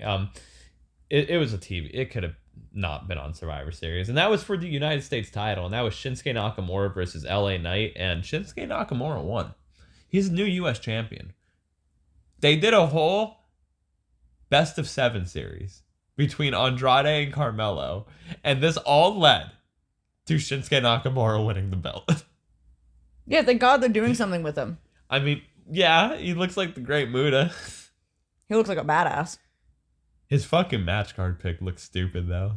Does not look like him at all. No. But he looks like a badass. No, like I said earlier, my biggest thing was like I love Shinsuke. They could have just kept this on like SmackDown though, honestly. No, they could have. I agree. But I'm happy he won the belt, and I feel bad though for LA Knight because I feel like he's kind of lost some steam. Bro, let's put it this way: whoever is holding the U.S. title, just feel bad for it. They don't give a fuck about the U.S. title. I guarantee you, Shinsuke's gonna hold it for about 3 months and probably defend it once. Yeah. Like, I mean, look at Logan Paul when he had it. He didn't even like defend it. Yeah, that's true. And like, you can't blame him. You have to blame the booking of it. No, I'm gonna blame Logan Paul. Yeah. I'm gonna blame Logan Paul no matter what. Well, yeah, just blame Logan Paul. But I'm just saying, you can't blame the fucking guys that are holding the belt. Yeah. It's the booking. Like, that's why when I say both of these fucking companies have too many fucking belts. They do. Yeah. But, like, they don't give a fuck about these goddamn belts. They give a fuck about the Intercontinental belt, though. And that was the next match. And this was probably, realistically, like, if I had to say, I'm not going to say match of the night, but really close to match of the night. It was a triple threat match for the Intercontinental Championship. Braun Breaker defeated Sheamus and Ludwig Kaiser, and oh my god. These three boys, they beat the fuck out of each other. We'll talk about it because I didn't see it. It was a great match. It was everything you expect from these three fucks. That's all you need to know. Also, just, they're doing shit with him. Ludwig. He's a good wrestler. Right? He's a good fucking wrestler. I'm glad he's getting like a little bit of like a singles push and whatnot. You know what I mean? Doing his thing. And like, you can always, Sheamus is like all reliable right now. Yeah. Like Sheamus can lose every fucking match, but literally it's going to be a banger. Yeah. And Braun is Braun, bro. They hit it right with Braun. Well, Sheamus has always been like all reliable, you know, like he's done so fucking much. Like he'll even like he takes the guys like trading before like the fucking shows that they have and whatnot. Like he does a lot. Yeah. He does a lot behind the scenes in the company. But now it's like you don't need him in the world title scene because you have other guys for that. Put him in the Intercontinental title scene against like Braun. Yeah. And like he'll make Braun look fucking good. Mm-hmm. And that's what he's exactly like. Sheamus is fucking doing great. Love it. Sheamus is really doing a good job helping the younger talent. I mean, not gonna lie, I would like to see him win the Intercontinental title at least. He absolutely once. should. He should. Because like that's the only belt he hasn't won. He should not retire. He should not retire as not a Grand Slam champion. Like I would like even if it's just for a day. Right. Like, bro, let him beat Braun, and then Braun beats him back. Let him win it, and then he retires the next day and relinquishes the title. Because, like, the thing is, people love Sheamus. Like, I don't really see people, like, shit on Sheamus that much. No, I've always liked Sheamus. Yeah, people love Sheamus. So, it's just really cool. Moving on next, go watch their SummerSlam match for my thoughts, and that was Gunther versus Damian Priest. Moving on next. The men's War Games match, the main event, it was the Bloodline. The OG Bloodline, I should say. No, it was the Bloodline versus the Bloodline. The OG Bloodline. Roman Reigns, Jimmy and Jey Uso, Sammy Uso, and CM Uso. Adopted.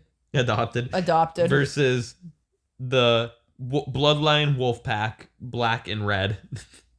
Solo Sikoa, Jacob Fatu, Tama Tonga, Tonga Loa, and Bronson Loa. Speaking of the NWO. Oh, there's that. I'm back. Better than ever. Yeah, I'm back. His hair grew back fast. Oh, yeah, he did shave his head recently. Jesus Christ. First of all, the Bloodline's always been black and red, so get your fucking color palette right, okay? It's the whole point of the joke. I know. But anyway, CM Punk was in a War Games match. Mm-hmm. Roman Reigns jumped from the top rope. Motherfucker climbed in there. Bronson Reed destroyed his fucking ankle. Jimmy Uso broke his toe. Mm-hmm. And Paul Heyman was there. Yeah. Anyway, this was a good match. What are your thoughts on this? I liked it. I enjoyed it. It was solid, and the only reason I think I enjoyed it a little bit more than any other Bloodline match is because there was a stipulation. Because here's the thing. Because it was War Games. I mean, yes. But the thing is, every Bloodline... Every Bloodline match has a stipulation. Not stipulation, but it was like Cody and Roman. It was the tag match. They were in a cage. It was a War Games match. Yes. Like, you know what I mean? And to be fair, it wasn't just the Bloodline. It was the Bloodline story, but there was also like what's going on with Punk type of shit. Well, no, because to me, it wasn't like, okay, I guess the best way to explain it wasn't like standard Bloodline stipulation that I'm used to of just like, oh, someone's going to come in and jump them because they were all already locked in a fucking cage. They did this one right, by the way. The Bloodline 2.0, the heels, had the advantage. And I just think it was a little bit more enjoyable to watch because, like, it wasn't necessarily as predictable. You know what I mean? You didn't know what was going to happen. Yeah, like, I wasn't sitting there being like, oh, and then this person's going to come out and screw this person or this. Like, there was no option for that. So they had to actually do something in the match to, like, make it enjoyable. And they did a good job at it when they don't have the stupid, someone's going to come in and sabotage the other party. Also, Big Jim Uso. Yeah. Big Jim. Big Jim. Whisper in the wind. Big Jim with a whisper in the wind. But yeah, no, there was cool things going on here. I mean, the whole time you're sitting there wondering, like, what's Punk and Roman gonna do? Mm-hmm. Like that was the whole point of this. Of like, what's going on, Punk and Roman, and like, I loved the whole thing of Punk comes out, gets them riled up, and then Roman comes out. Roman shakes everyone's hand except Punk. They're standing in the cage, and then Punk's about to go out, and Roman stops him. Mm-hmm. And Sammy goes out, and it's like, oh, what the fuck? And then it goes back to, looks like Roman's gonna come out of the cage, and then Punk just fucking speed walks past him, and it's like, my turn. So there was a cool dynamic there, but then, like, when they're in the match, Jacob Fatu and CM Punk got to go at it. Really cool. Jacob Fatu almost died. But Roman hitting Punk with a spear by accident, but then helping him up, and Punk saving Roman from Bronson Reed, and Bronson Reed's ankle fucking... he landed on his ankle.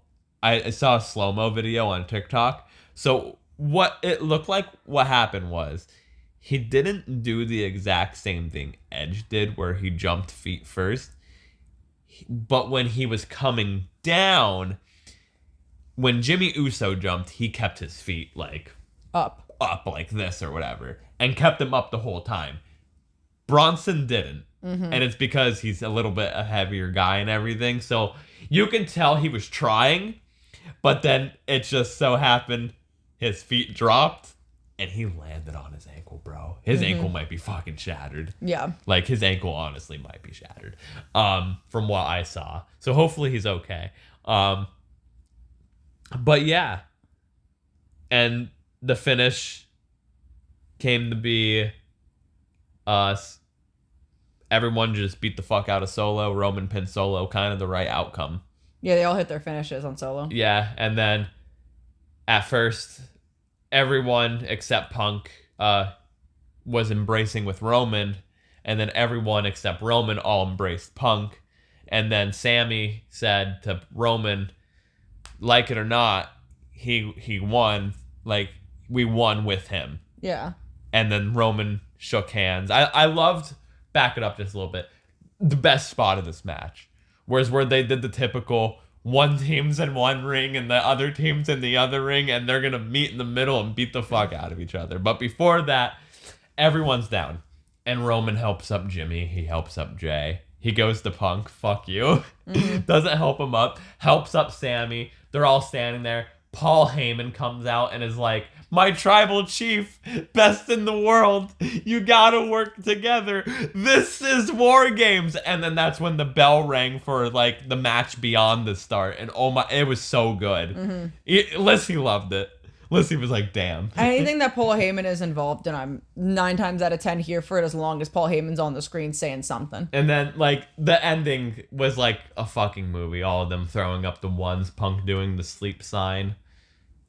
Man, it was so good. I can't wait to see what, like, happens from here.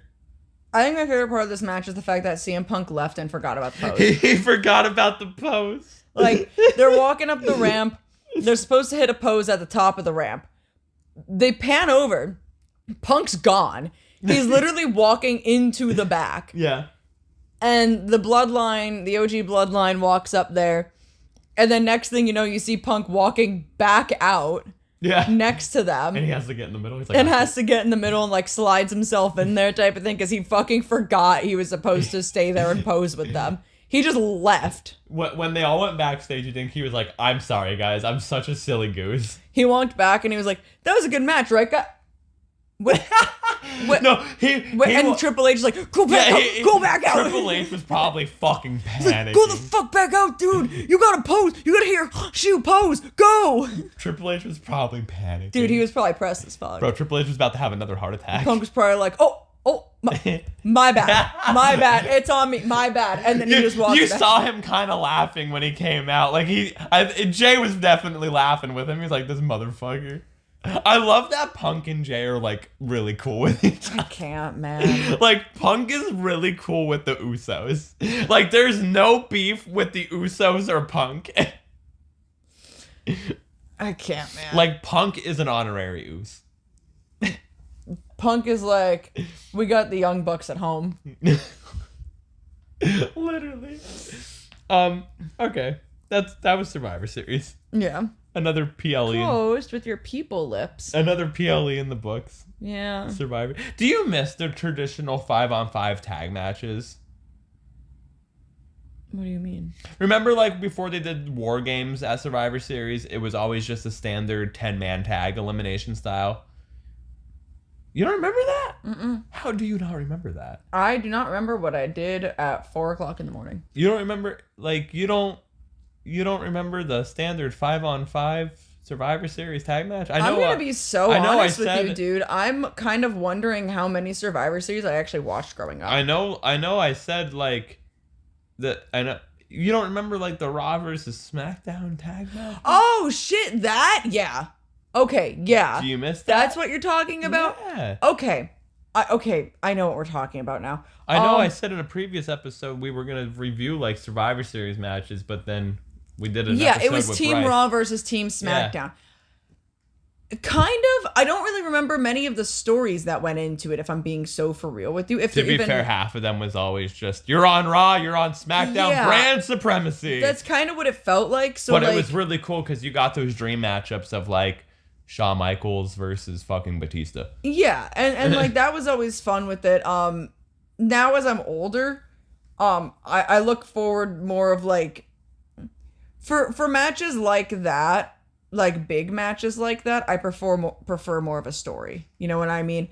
No, it's gonna sound silly, but if they decided that they wanted to do that on, like, a random Raw or SmackDown, just for the fuck of it, then, like, cool, yeah, fun match. You know what I mean? Like, that's why, like, when AEW does like random ass matches that are just kind of bangers that don't have a story, I don't mind it, because I'm like, this is on a random episode of Dynamite or Rampage or Collision that we get to see for free, and it's gonna be a fun match. Who really gives a fuck about a story? This is fun. You know what? You know what's really funny?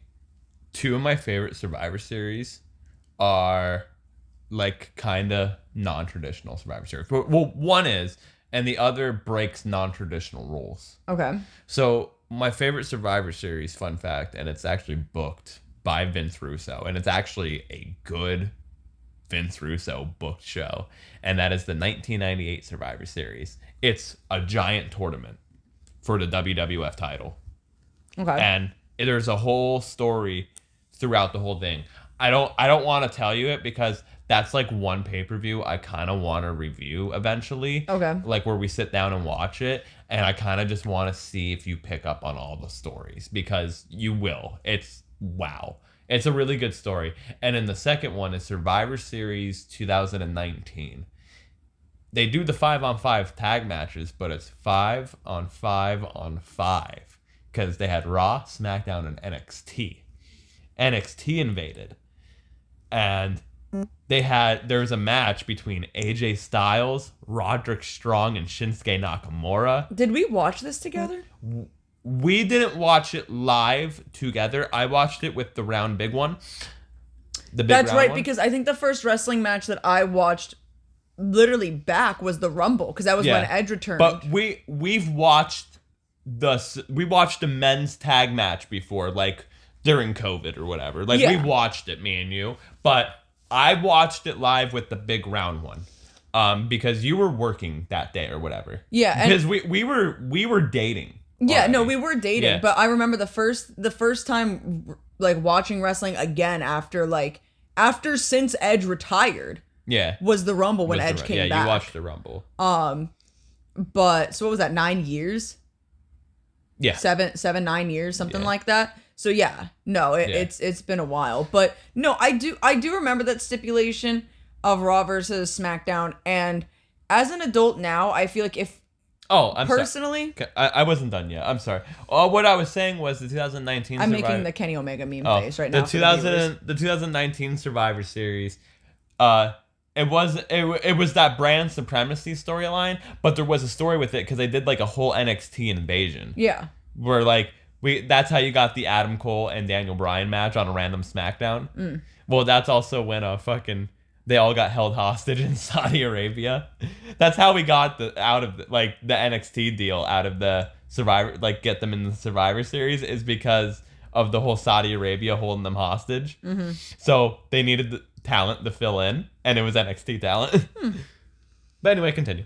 But yeah, I think now as an adult, I feel like, to me, pay-per-views, there needs to be a story. Unless we're doing some pre-show fuckery for the fun of it.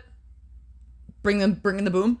There was still a story though. They got 2.5 stars. I don't have the star reviews disagree from with Full that. Gear. I think they should have got 7. I think they should have at least gotten 3. It was a fine match. It wasn't anything special, but it was fine. No, I agree with Dave's 2.5 actually. I only give it the 3 because again, it had feel good moment to it. I agree with Dave's 2.5 because it's half of 5. That's fair. And it was basic shit. It wasn't bad, but like Dave's 2.5 is different to my 2.5. Let's put it that way. Dave called Big Justice fat pretty much, which fuck you, Dave. That's really mean to say to a kid. Like he called Big Justice. Like I forget. I don't read his fucking whole reviews, but like I read that one and I forget exactly what he said, but he pretty much called him fat. That's really mean to say to a fucking Dave kid. used to be like bad back in the day. I can pull up like some old, like he used to be like really sexist. We can do that with Bryce, bro. We can do that with Bryce. We can look up old Dave Meltzer reviews with Bryce because I think that's something he would also genuinely enjoy to do. I found on Amazon like old wrestling observers for like $20, like the magazines from like the 90s and shit. Bro, I want to buy one and just read. But I think pay-per-views should have stories to them, right? So I feel like not having a story in a match like that, especially when it's like one of the big matches of the pay-per-view, is a little silly. If we were to do some sort of storyline that's not just better brand supremacy between Raw and SmackDown, especially now that some people like jump ship back and forth. That was always the issue because they would always have the draft sometimes right before Survivor Series. So you would have like a guy like Seth Rollins who's on Raw, for example, right? He's fighting for the Raw brand all year, and then suddenly he's like, fuck Monday Night Raw because I got drafted to SmackDown. Yeah. Like that's always like was a problem. So I feel like I don't miss it in that aspect, but if they were to revisit it and bring some sort of storyline into it, like, I don't know, let's even just say they have enough belts to fucking do it. All the champions. Yeah, at this point. All the champions in a 5-on-5 or something, you know what I mean? They used to do, and they got crazy with it. They always did. Like, they used to do, 5 tag teams on a team. So it'd be 10 on 10. And it'd get nuts. Well, because you have the tag teams on each brand and the champions on each brand. Then you have the secondary titles, the Intercontinental and the United States title. I don't think there's another title in the men's division. The world titles. The world titles. That would be so. Well, no, that would be the champions. So it'd be 4-on-4. Yeah, so it'd be 4-on-4. Or no, well, yeah, 2 tag champs, mid card, world. So yeah, it'd be 4-on-4. So 4-on-4, and then maybe you could just toss another person in there who has a story with someone who might be on the opposite You're brand, overbooking this. Prior rivalries, or with a story with one of the champions as a can we coexist type of thing. Either way, it would have worked. You know what I mean? And I feel like that would be a little bit more exciting of just like champions versus champions instead of doing the stupid Saudi Arabia thing. That'd be fun. Even if it's just like a one-time revisit, for the fuck of it. Why not? You can make that work. That's easy enough to make work in storylines, and they're champions, so they can jump from promotion to promotion to build the story. It's easy. Easy booking. Okay. Anyway. Let's move on. We're talking a lot in this episode. That was Survivor Series. Moving on to Raw, December 2nd. So, this past week. Yesterday, as from when we're recording this. You're the host. Oh, yeah. Forgot about all that. I just had the phone because we were reading Survivor Series stuff. CM Punk, Seth Rollins, Jey Uso, Sami Zayn, drama. The girls are fighting. The segment was so good. I'm glad that Seth Rollins scratched up CM Punk's nose. This segment was so. And Seth Rollins is the only person that could be a Sami Zayn hater in my book. So Punk shows up. Punk's there because that was the thing. Punk's there. He points at John Cena. Do you see it? I see it. Pointed at the Hat Man. He pointed at the invisible sign, indicating like that's his next thing, like main event WrestleMania. Seth Rollins comes out. They're pissed at each other, and they start fighting because Seth Rollins is mad that CM Punk is there, and he's CM Punk, and he's teaming with Roman Reigns and all of that. Jey Uso and Sami Zayn come out to break it up because they're cool with CM Punk. Well, Jey is. Sami, well. And they break it up. Seth's freaking out. And he tells Jey to, run back to Roman or whatever. And Sami was like, hey, that's my friend. And you know what? Punk's okay because he teamed with us. But still, I didn't want it to. I didn't want to. Trying to cover his ass for Kevin. But I didn't want him to. And then Seth was like, no, fuck you. I want to wrestle you later. And then they're like, I bet we'll wrestle later. And we'll go into that right now because I watched this match on lunch. Because the match was only 10 minutes long. Yeah, I didn't see this match, unfortunately. It was a typical TV match, but man, the ending was so cool to this. So I guess what happened prior in the show was Jey Uso, one of the Usos, I forget which Uso got attacked. I didn't see that segment, but one of the Usos got attacked. And Sammy was like, it was Seth. But Seth was trying to play it in the Sammy of it was probably Punk. It was probably your boy Punk. And everything. And so they're going on with this whole match and everything. And Seth keeps doing that.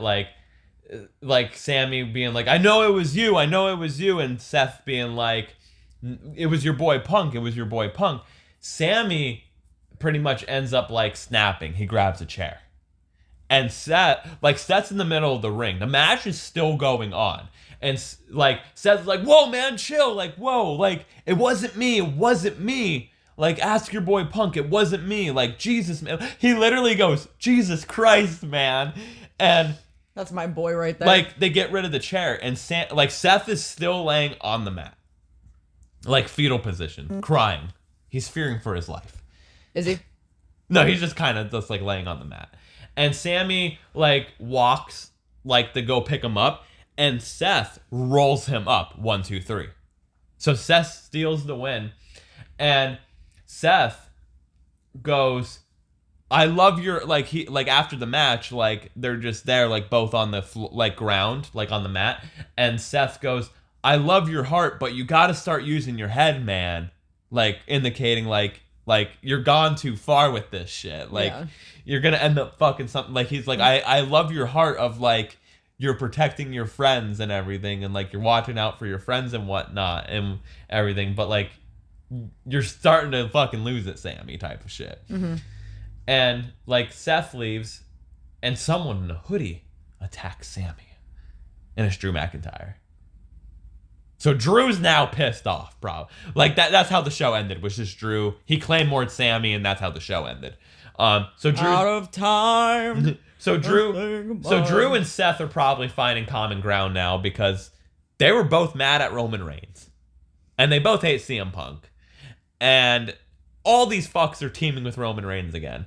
And like I said to you last night, it's really crazy to really think about it, of like, if you think about it, the baby faces in this whole situation isn't CM Punk. It isn't Cody Rhodes. Hell, it isn't even Randy Orton. It's Kevin Owens and Drew McIntyre and Seth Rollins. See, the only reason they're doing all this, the whole reason they're doing all this, is because WWE is pulling a fast one on Cody Rhodes to make him a heel. Imagine if, like, Cody turns heel. What is Cody even doing? Like, Cody's feuding with Kevin Owens right now. He's gonna be defending the belt against Kevin Owens. Is Kevin back? Yeah, they're okay. Because I have not been keeping up with SmackDown because I've been like, Kevin Owens cut like a mean fucking promo the one night. Yeah, I've been at work when SmackDown's on. Like Kevin Owens pretty much spoke the whole truth of like, I'm not fucking crazy. Like, you teamed with Roman Reigns. I fought Roman Reigns and the Bloodline for 4 years. You're screaming. I'm sorry. I'm doing the Kevin Owens promo. This is way that I for 4 years, like, I fought the Bloodline for 4 years, week after week. They almost took my career away and everything. I was there fighting with you at WrestleMania 39 where you lost. And I was there when you finished your story. We were so happy you finished your story. And what do? You team with him a few months later. So like I said, everything Seth Rollins is saying is justified. Everything Kevin Owens is saying is justified. And I'm sure everything Drew McIntyre is going to say is justified. But here we are, loving CM Punk. Well, me. Loving CM Punk. And loving Sami Zayn. But, like, they're the real assholes. Yeah. Jey Uso's a big asshole. Like, fuck Paul Heyman. Like, fuck all these guys. Like, we should be cheering for Kevin Owens, Drew McIntyre, and Seth Rollins, but we're not. I mean, I am. Well, yes. But, you know. It's a cool story. It's a cool dynamic. Yeah. I enjoy it. It keeps you kind of like, what's going to go on? And, like, they have so many fresh matchups they can do here. Yeah. Like, I cannot wait for CM Punk versus fucking... Kevin Owens, absolutely. I can't wait for CM Punk versus fucking Solo Sikoa. But yeah, moving on to a very sad thing. I don't want to talk about. This was sad. I'm not even going to talk about it because I'm the host. If I don't say it, we don't have to talk about it. So the New Day celebrated 10 years of being a team. You can't just hijack my hosting position. Go on, Lyssie. They were mean to him. They were mean to Big E, man, on their 10-year anniversary. They were mean to him. They were. That was so fucked up. Like, okay, like, look, that segment was so good. I get it. I get it that they did their job because I'm sad, but I don't like it. And the reason I don't like it is because I shouldn't be this gutted from it. Bro, the New Day should have been broken up years ago, right? I'm not even that big of a New Day fan. Exactly. The New Day should have been broken up years ago. The New Day has ran its fucking course. They've been a team for 10 goddamn years, have been doing the same fucking thing for 10 goddamn years. But somehow, some way, these motherfuckers ripped out my heart and stomped all over it. Mm-hmm. And shoved it up my ass with no lube. Mm-hmm. These motherfuckers, they come out. Big E comes out. I guess he's never going to wrestle again, which is unfortunate. Yeah. But so what? He broke his neck. Like, goddamn. Goddamn, bro.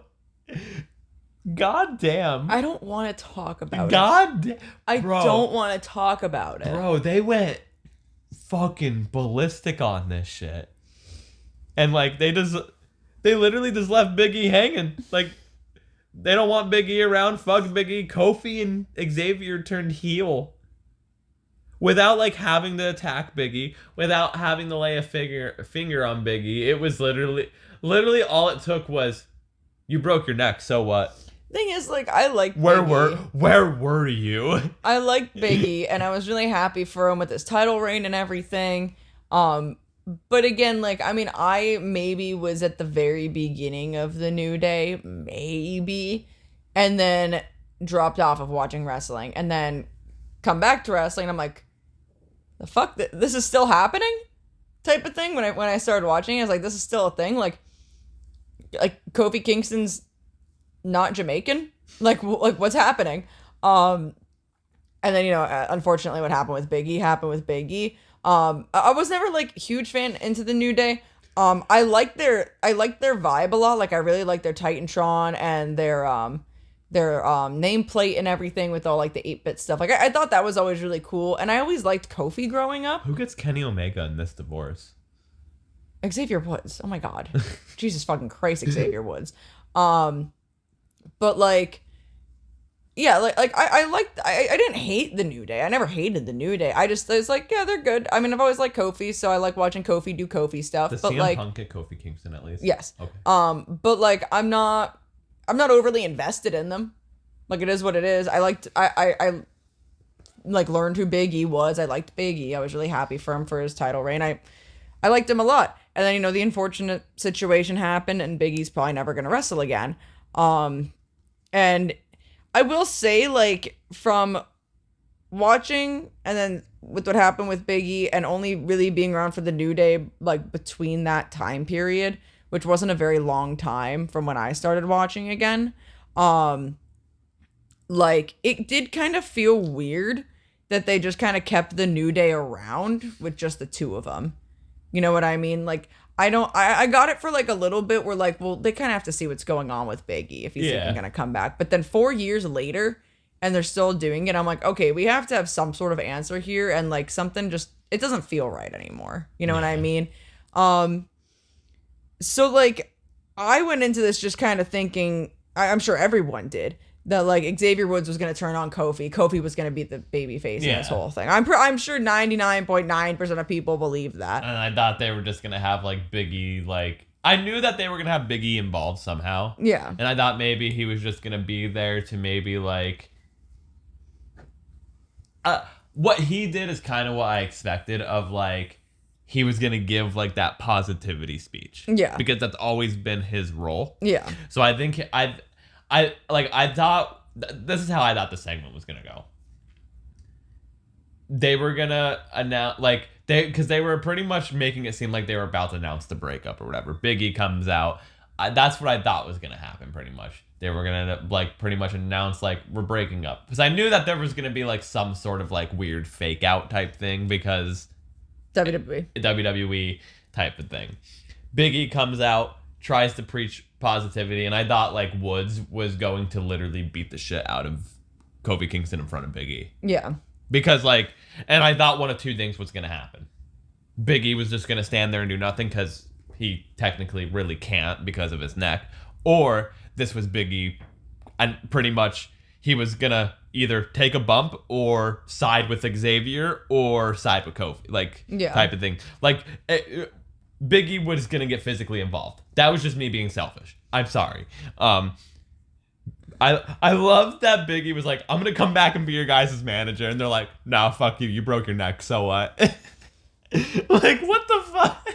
I just think it was all unnecessary. And I didn't need that on my Monday night.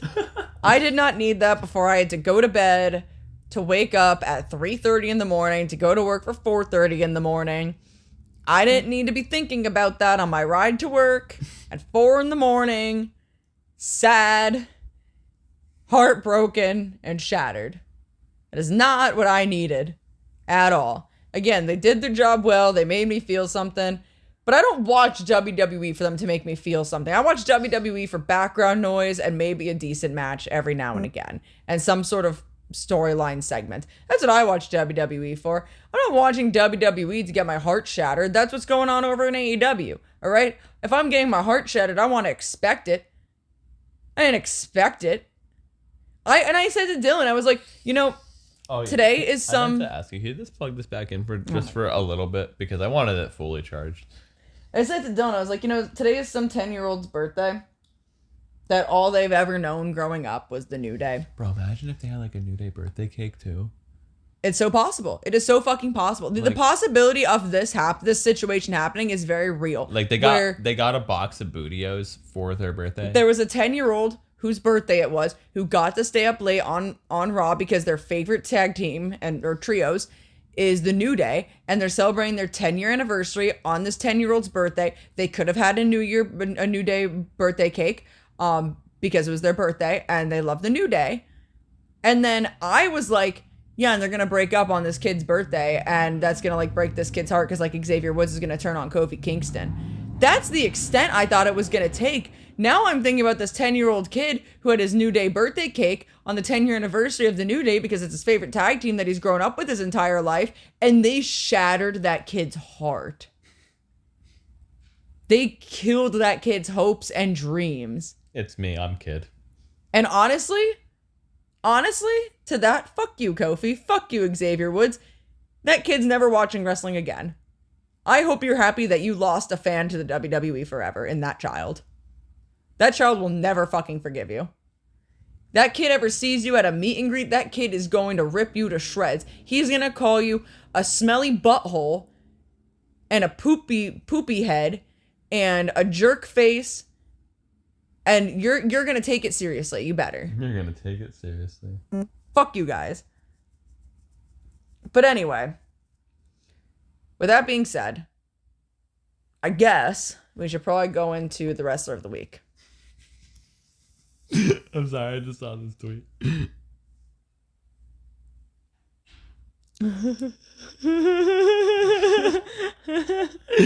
Yo, that'd be wild if she did that, though. She should. I would. Oh my god. Yo, he'd get so mad. He'd be like, who the fuck is this? Be like, I broke in. Bro, just have Bob call. Dude, you have fucking Bob call, and he's just gonna be like, your refrigerator running. and then Bruce would probably just be like, Bob, go the fuck to bed, and then hang up the phone. You can't ask people if their refrigerator's running in the year of 2024. He might. You can't do that. He might. Man. Anyway, I guess this takes us into the wrestler of the week.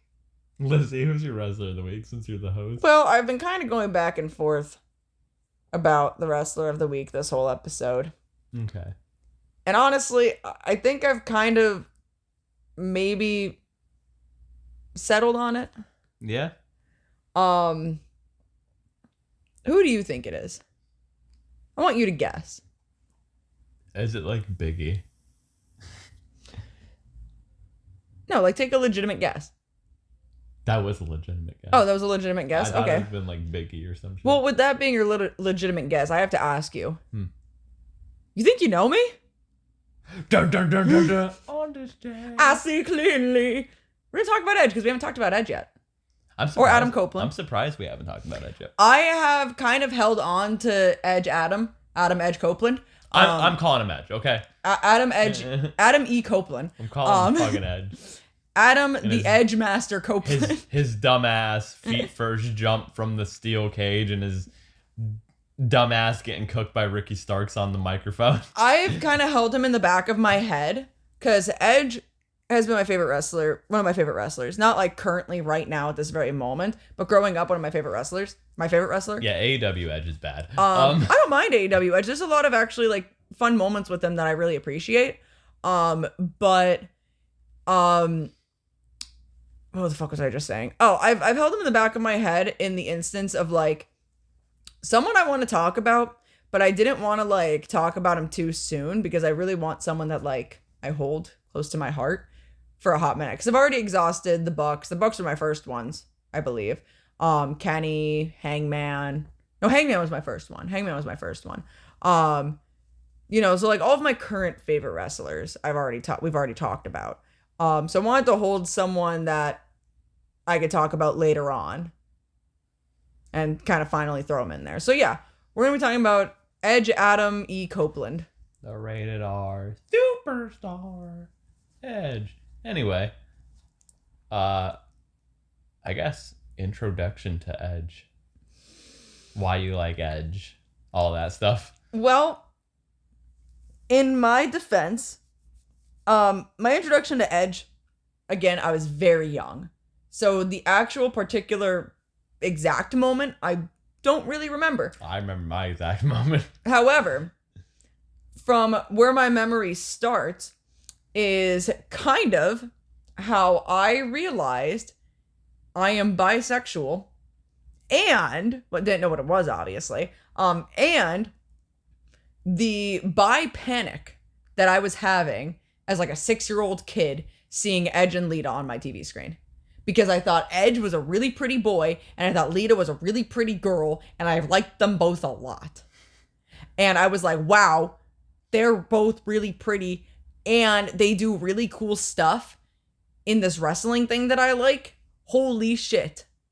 So they were like my first bi panic, if I like really think about it. And yeah, no, that would probably be my first memories of anything, is just in general seeing Edge and like Lita together.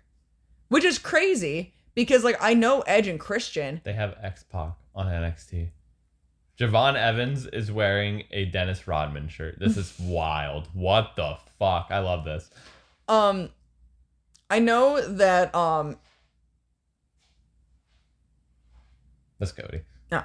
I know that like Edge and Lita like Edge and Lita existed beforehand, and Edge and Christian existed beforehand, and Matt Hardy and Lita existed beforehand, and everything. Like obviously, I mean one of the feuds I remember the most is like Edge and Matt Hardy. That was my introduction to Edge. Yeah, I was like 5 years old, and that's like when I like started like watching wrestling. Like, and I do remember the Matt Hardy and Edge feud, and like, you're 5 years old, so you know it's wrestling, but you're also like, man, that's something that you would see in like a regular TV show. 2 dudes fighting over a girl. Yeah.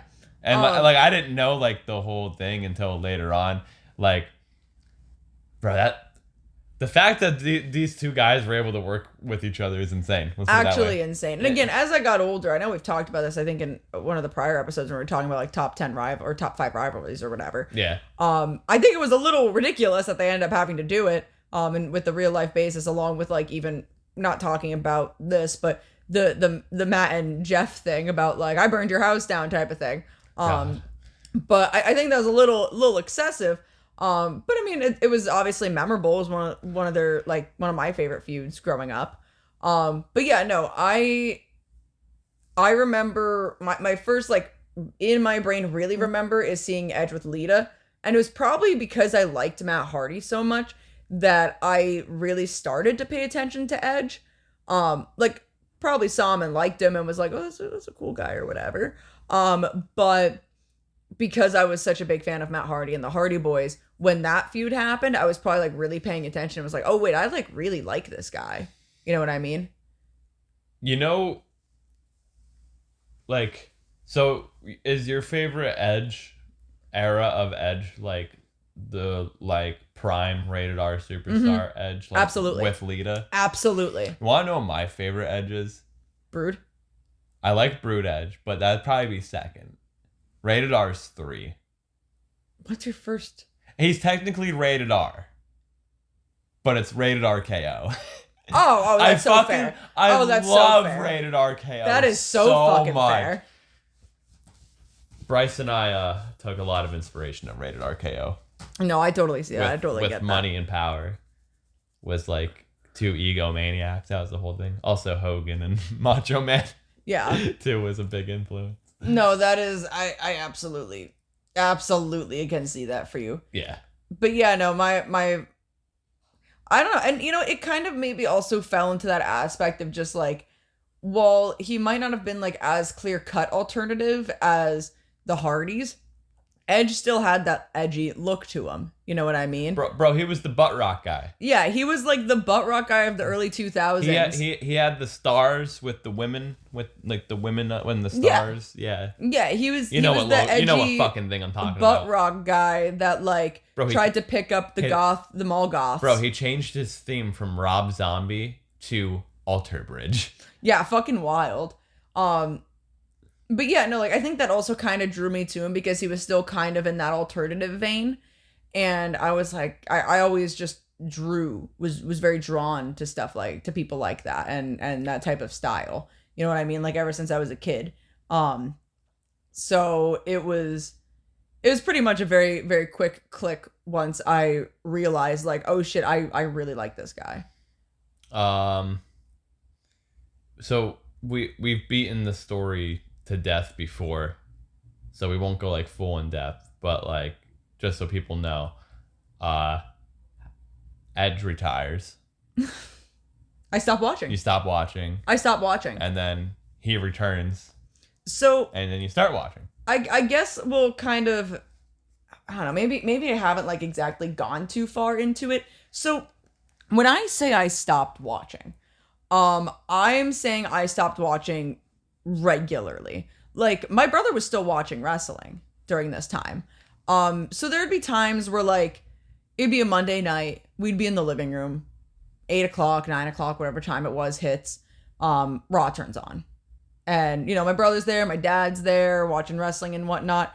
And, like, I'm on the couch spending time with them. And you're like, fuck this, I'm done. Well, I'm, like, spending time with my family because, you know, TV time with the family was a very big thing. Like, I mean, I'm sure, like, every household had it, but, like, it was very important to me, like, you know, before bed, hanging out with my dad, hanging out with my brother, after dinner, watching some TV, having fun, talking about stuff, whatever. But, like, while they're watching it, I'm, like, maybe playing my DS or on my phone or on my iPod or something. You know what I mean? Like, my attention is elsewhere. And, like, maybe peeking up here and there, but I'm not necessarily paying attention to it. Sometimes I'd catch some stuff going on, but, like, not really a whole lot. And it was just kind of one of those things where I loved Edge so much. Like, I loved seeing him. And when... Oh, I'm sorry. Dylan. I did not mean to click that. And when he retired, like, it shattered me. Where I was just like, no. That was, like, the... Not to sound, like, weirdly comparison of this to things, but, like, when a celebrity dies... And, like, okay, when Little Peep died, you know what I mean? You were, like, crushed. I was crushed. You were crushed. I fucking love Little Peep. And aside from, like, Eddie Guerrero, maybe Benoit, my brother probably was more upset about Benoit than I was when that happened. But maybe aside from Eddie Guerrero, and I was really young when that happened, I never really experienced a situation where it was, like, someone I really, really liked and idolized or looked up to was just gone. And granted, he didn't die. But I never experienced that aside from maybe Eddie. I felt it as of recently. With Bray and Brody. Yes. But that was more so, like, I loved them, but that was more so, like, that came out of nowhere. Yeah. Well, I even... Jay Briscoe. Yeah, that too. That too. But, like, up until this point, I never experienced, like, a celebrity dying that I really, really, like, really liked and, like, really hit me hard at home, or anything, like, kind of within that vein. So when Edge retired and he wasn't going to be wrestling anymore, again, he was still alive, thank God. But I was like, what do you mean I don't get to see my favorite wrestler wrestle ever again? Yeah. Like, and I know a lot of people felt that same way. But I never, like, knew how to, like, deal with it. And my way of dealing with it was, well, I don't want to watch this anymore. Because what's the point in watching it if, like, the guy that I am looking forward to every single week is not there anymore? And... let's see, Edge came back in 2020, right? 2020 Royal Rumble. Yeah. And it was 9 years. So it was 2013. So I was 15. Dating. What the fuck are you doing? So I was like 14 or 15, which is like kind of crazy because, like, in reality, I'm old enough of a teenager to kind of, like, understand enough of just, like, well, that sucks, but, like, there's other people to like. But I, like, one of the things that, like, I really, really enjoyed was Edge. And that was just gone. And that was, like, a constant for years. Yeah. So I basically was like, I don't have interest in it anymore. What's there to be interested in? So, like, you know, I tried to kind of maybe watch it and whatnot, and I was just like, I give up with it. And then around the time, you know, I'm 14, 15, you know, I'm going into high school. It's not really cool to watch wrestling with your brother anymore. Wrestling has definitely fizzled out since it did in the early 2000s. Like, I remember being, I'm sure you do, I'm sure so many people do in elementary school, you know, running up and down the halls, telling teachers to suck it. Like, you know what I mean? Like, I remember wrestling being so prominent in my youth. And as I grew up, not many people still held on to it. There's maybe a couple people in school that still kind of held on to it, but, like, it was nowhere near, like, what it was. And, you know, my friends were, like, getting into different things, and it wasn't really cool, and they were like, yeah, you still watch wrestling with your brother? Isn't that, like, for kids and stuff? And, you know, whatever. And it was like, you know what? Yeah, like, the guy that I liked the guy that I really liked isn't there anymore. My friends don't even think it's cool. It seems like it's kind of, like, not as fun as it once was to begin with. So I'm just done. Like, I don't have this love or passion or care to watch this thing anymore. So I basically tuned out. Again, maybe caught a little bit. Maybe I watched one full episode of Raw or SmackDown with my brother, like, every, like, 6 months. If that. You know what I mean? It was very far and few between. So that's why I say my knowledge between Edge's retirement and Edge coming back is null and void. I really have not a clue what happened during that time period. Unless, like, I see some stuff of, like, 7 years ago, 6 years ago today, this happened on Raw, or this happened on SmackDown, or whatever. You know what I mean? I have no idea. So, fast forward. A little bit of, like, teetering into it, but nowhere near the full scope. 2018 hits, and I start dating this person, who we're not really gonna go too much into detail about it because I don't really want to talk about him that much. But to kind of, like, give a little bit of explanation, this person did backyard wrestling, and also, unfortunately, yeah, and also was obviously interested in wrestling and whatnot. Unfortunately. So I would go on occasion to the backyard wrestling shows. I'd drive them to the events and whatever. That's also unfortunate. Yeah, well, I did get to meet a couple really nice people. That was, like, the first time I met Navon. Yeah, yes. So, I mean, you know, that was cool. I think I met Yankee the first time. But you also had to, unfortunately, watch them wrestle. Yes. I learned I hated Bryce and had that one-sided beef with him at that show. But, you know, like, it was one of those things where it was like, I'm cool with you doing it. I'll go to your shows. I'll have fun. I'll watch you do it. Like, I used to watch wrestling a lot. You know, I used to be into it. I just haven't watched it in so long. I say this person liked wrestling because he doesn't like wrestling. I genuinely don't think there was ever a time in this relationship, which was only like a year and a half long, but I don't think there was a time in this relationship where we sat down and watched wrestling. Yeah, I believe that. I think maybe, if anything, there might have been 1 or 2 Raven matches we watched because this person was a big Raven fan, but that's really it. Yeah, I don't remember watching documentaries. He's not a fan of wrestling. I don't remember watching, like, weekly shows, nothing. They just did not happen. He's not a fan of wrestling. So it was one of those things where it was like, well, I enjoy seeing the backyard wrestling. It's fun, but, like, oh man, where do I even jump back into wrestling? Do I even really want to watch wrestling now? Like I don't even know what's going on. There's gonna be all these new people. I don't know. And throughout the years, my brother's still watching, and I think I've told this story before. I'm gonna tell it again. Where New Japan's taken off in 2016. New Japan's all over the place in 2016. I'm working at Hot Topic. And man, I explained that. No offense, but I was like, man, we beat the story to death already. Did I tell this story before? Yes. Oh. Well, okay. We won't go too into it. For the people that want to know, go back and watch our older videos and you can probably find it somewhere. But my brother's telling me, you got to get back into wrestling. You got to watch New Japan. I'm like, yeah, whatever. Some point I'll do it. Never did it. Come to 2019. Me and Dylan are dating. And like we were talking about earlier, I don't even know why we decided to watch the Rumble. I think you wanted to watch the Rumble because it was the Rumble. And I was like, yeah, you can put it on. I don't care. Like, I've watched wrestling before, you know, I'm not going to know who half these people are. I don't know what's going on. And I remember Dylan telling me that there's a possibility. There was rumors That Edge was returning. Yep, there was rumors. And I was like, what?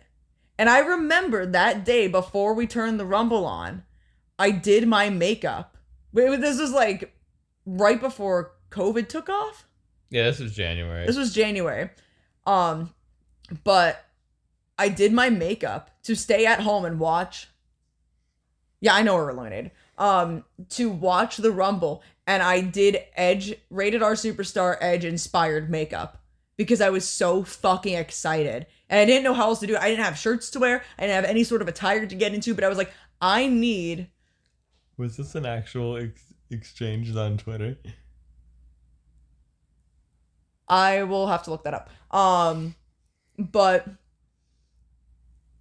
yeah, I was so excited.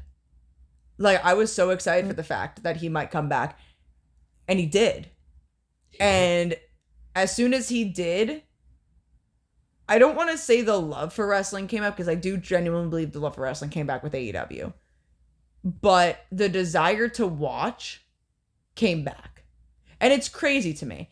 It's crazy to me that one wrestler, I've been gone from this sport for 9 years. I have no idea who some of these people are, anything like that. That one wrestler could really...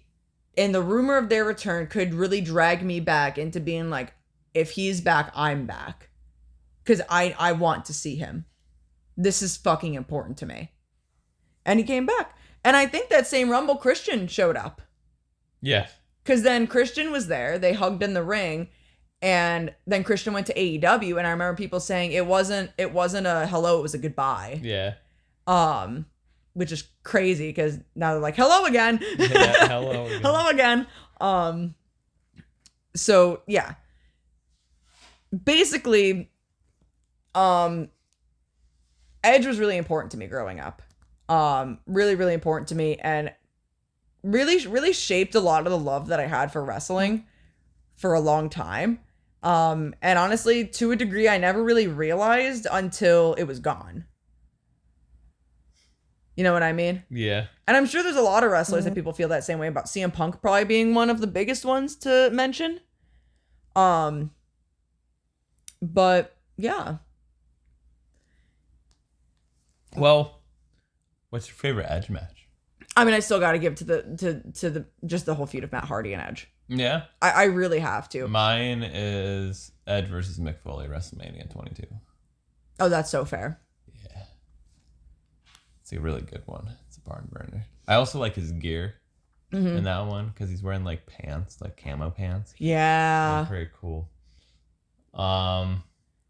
Yeah, no, that's a really fucking good one. Nothing will ever top the live sex celebration. Oh my god. Well, you know what? One of my favorite, and I don't give a fuck because I'm sorry. This was a part of my childhood because I was 8 years old. The Edge and Vicky Guerrero love storyline. Oh my god, man! What?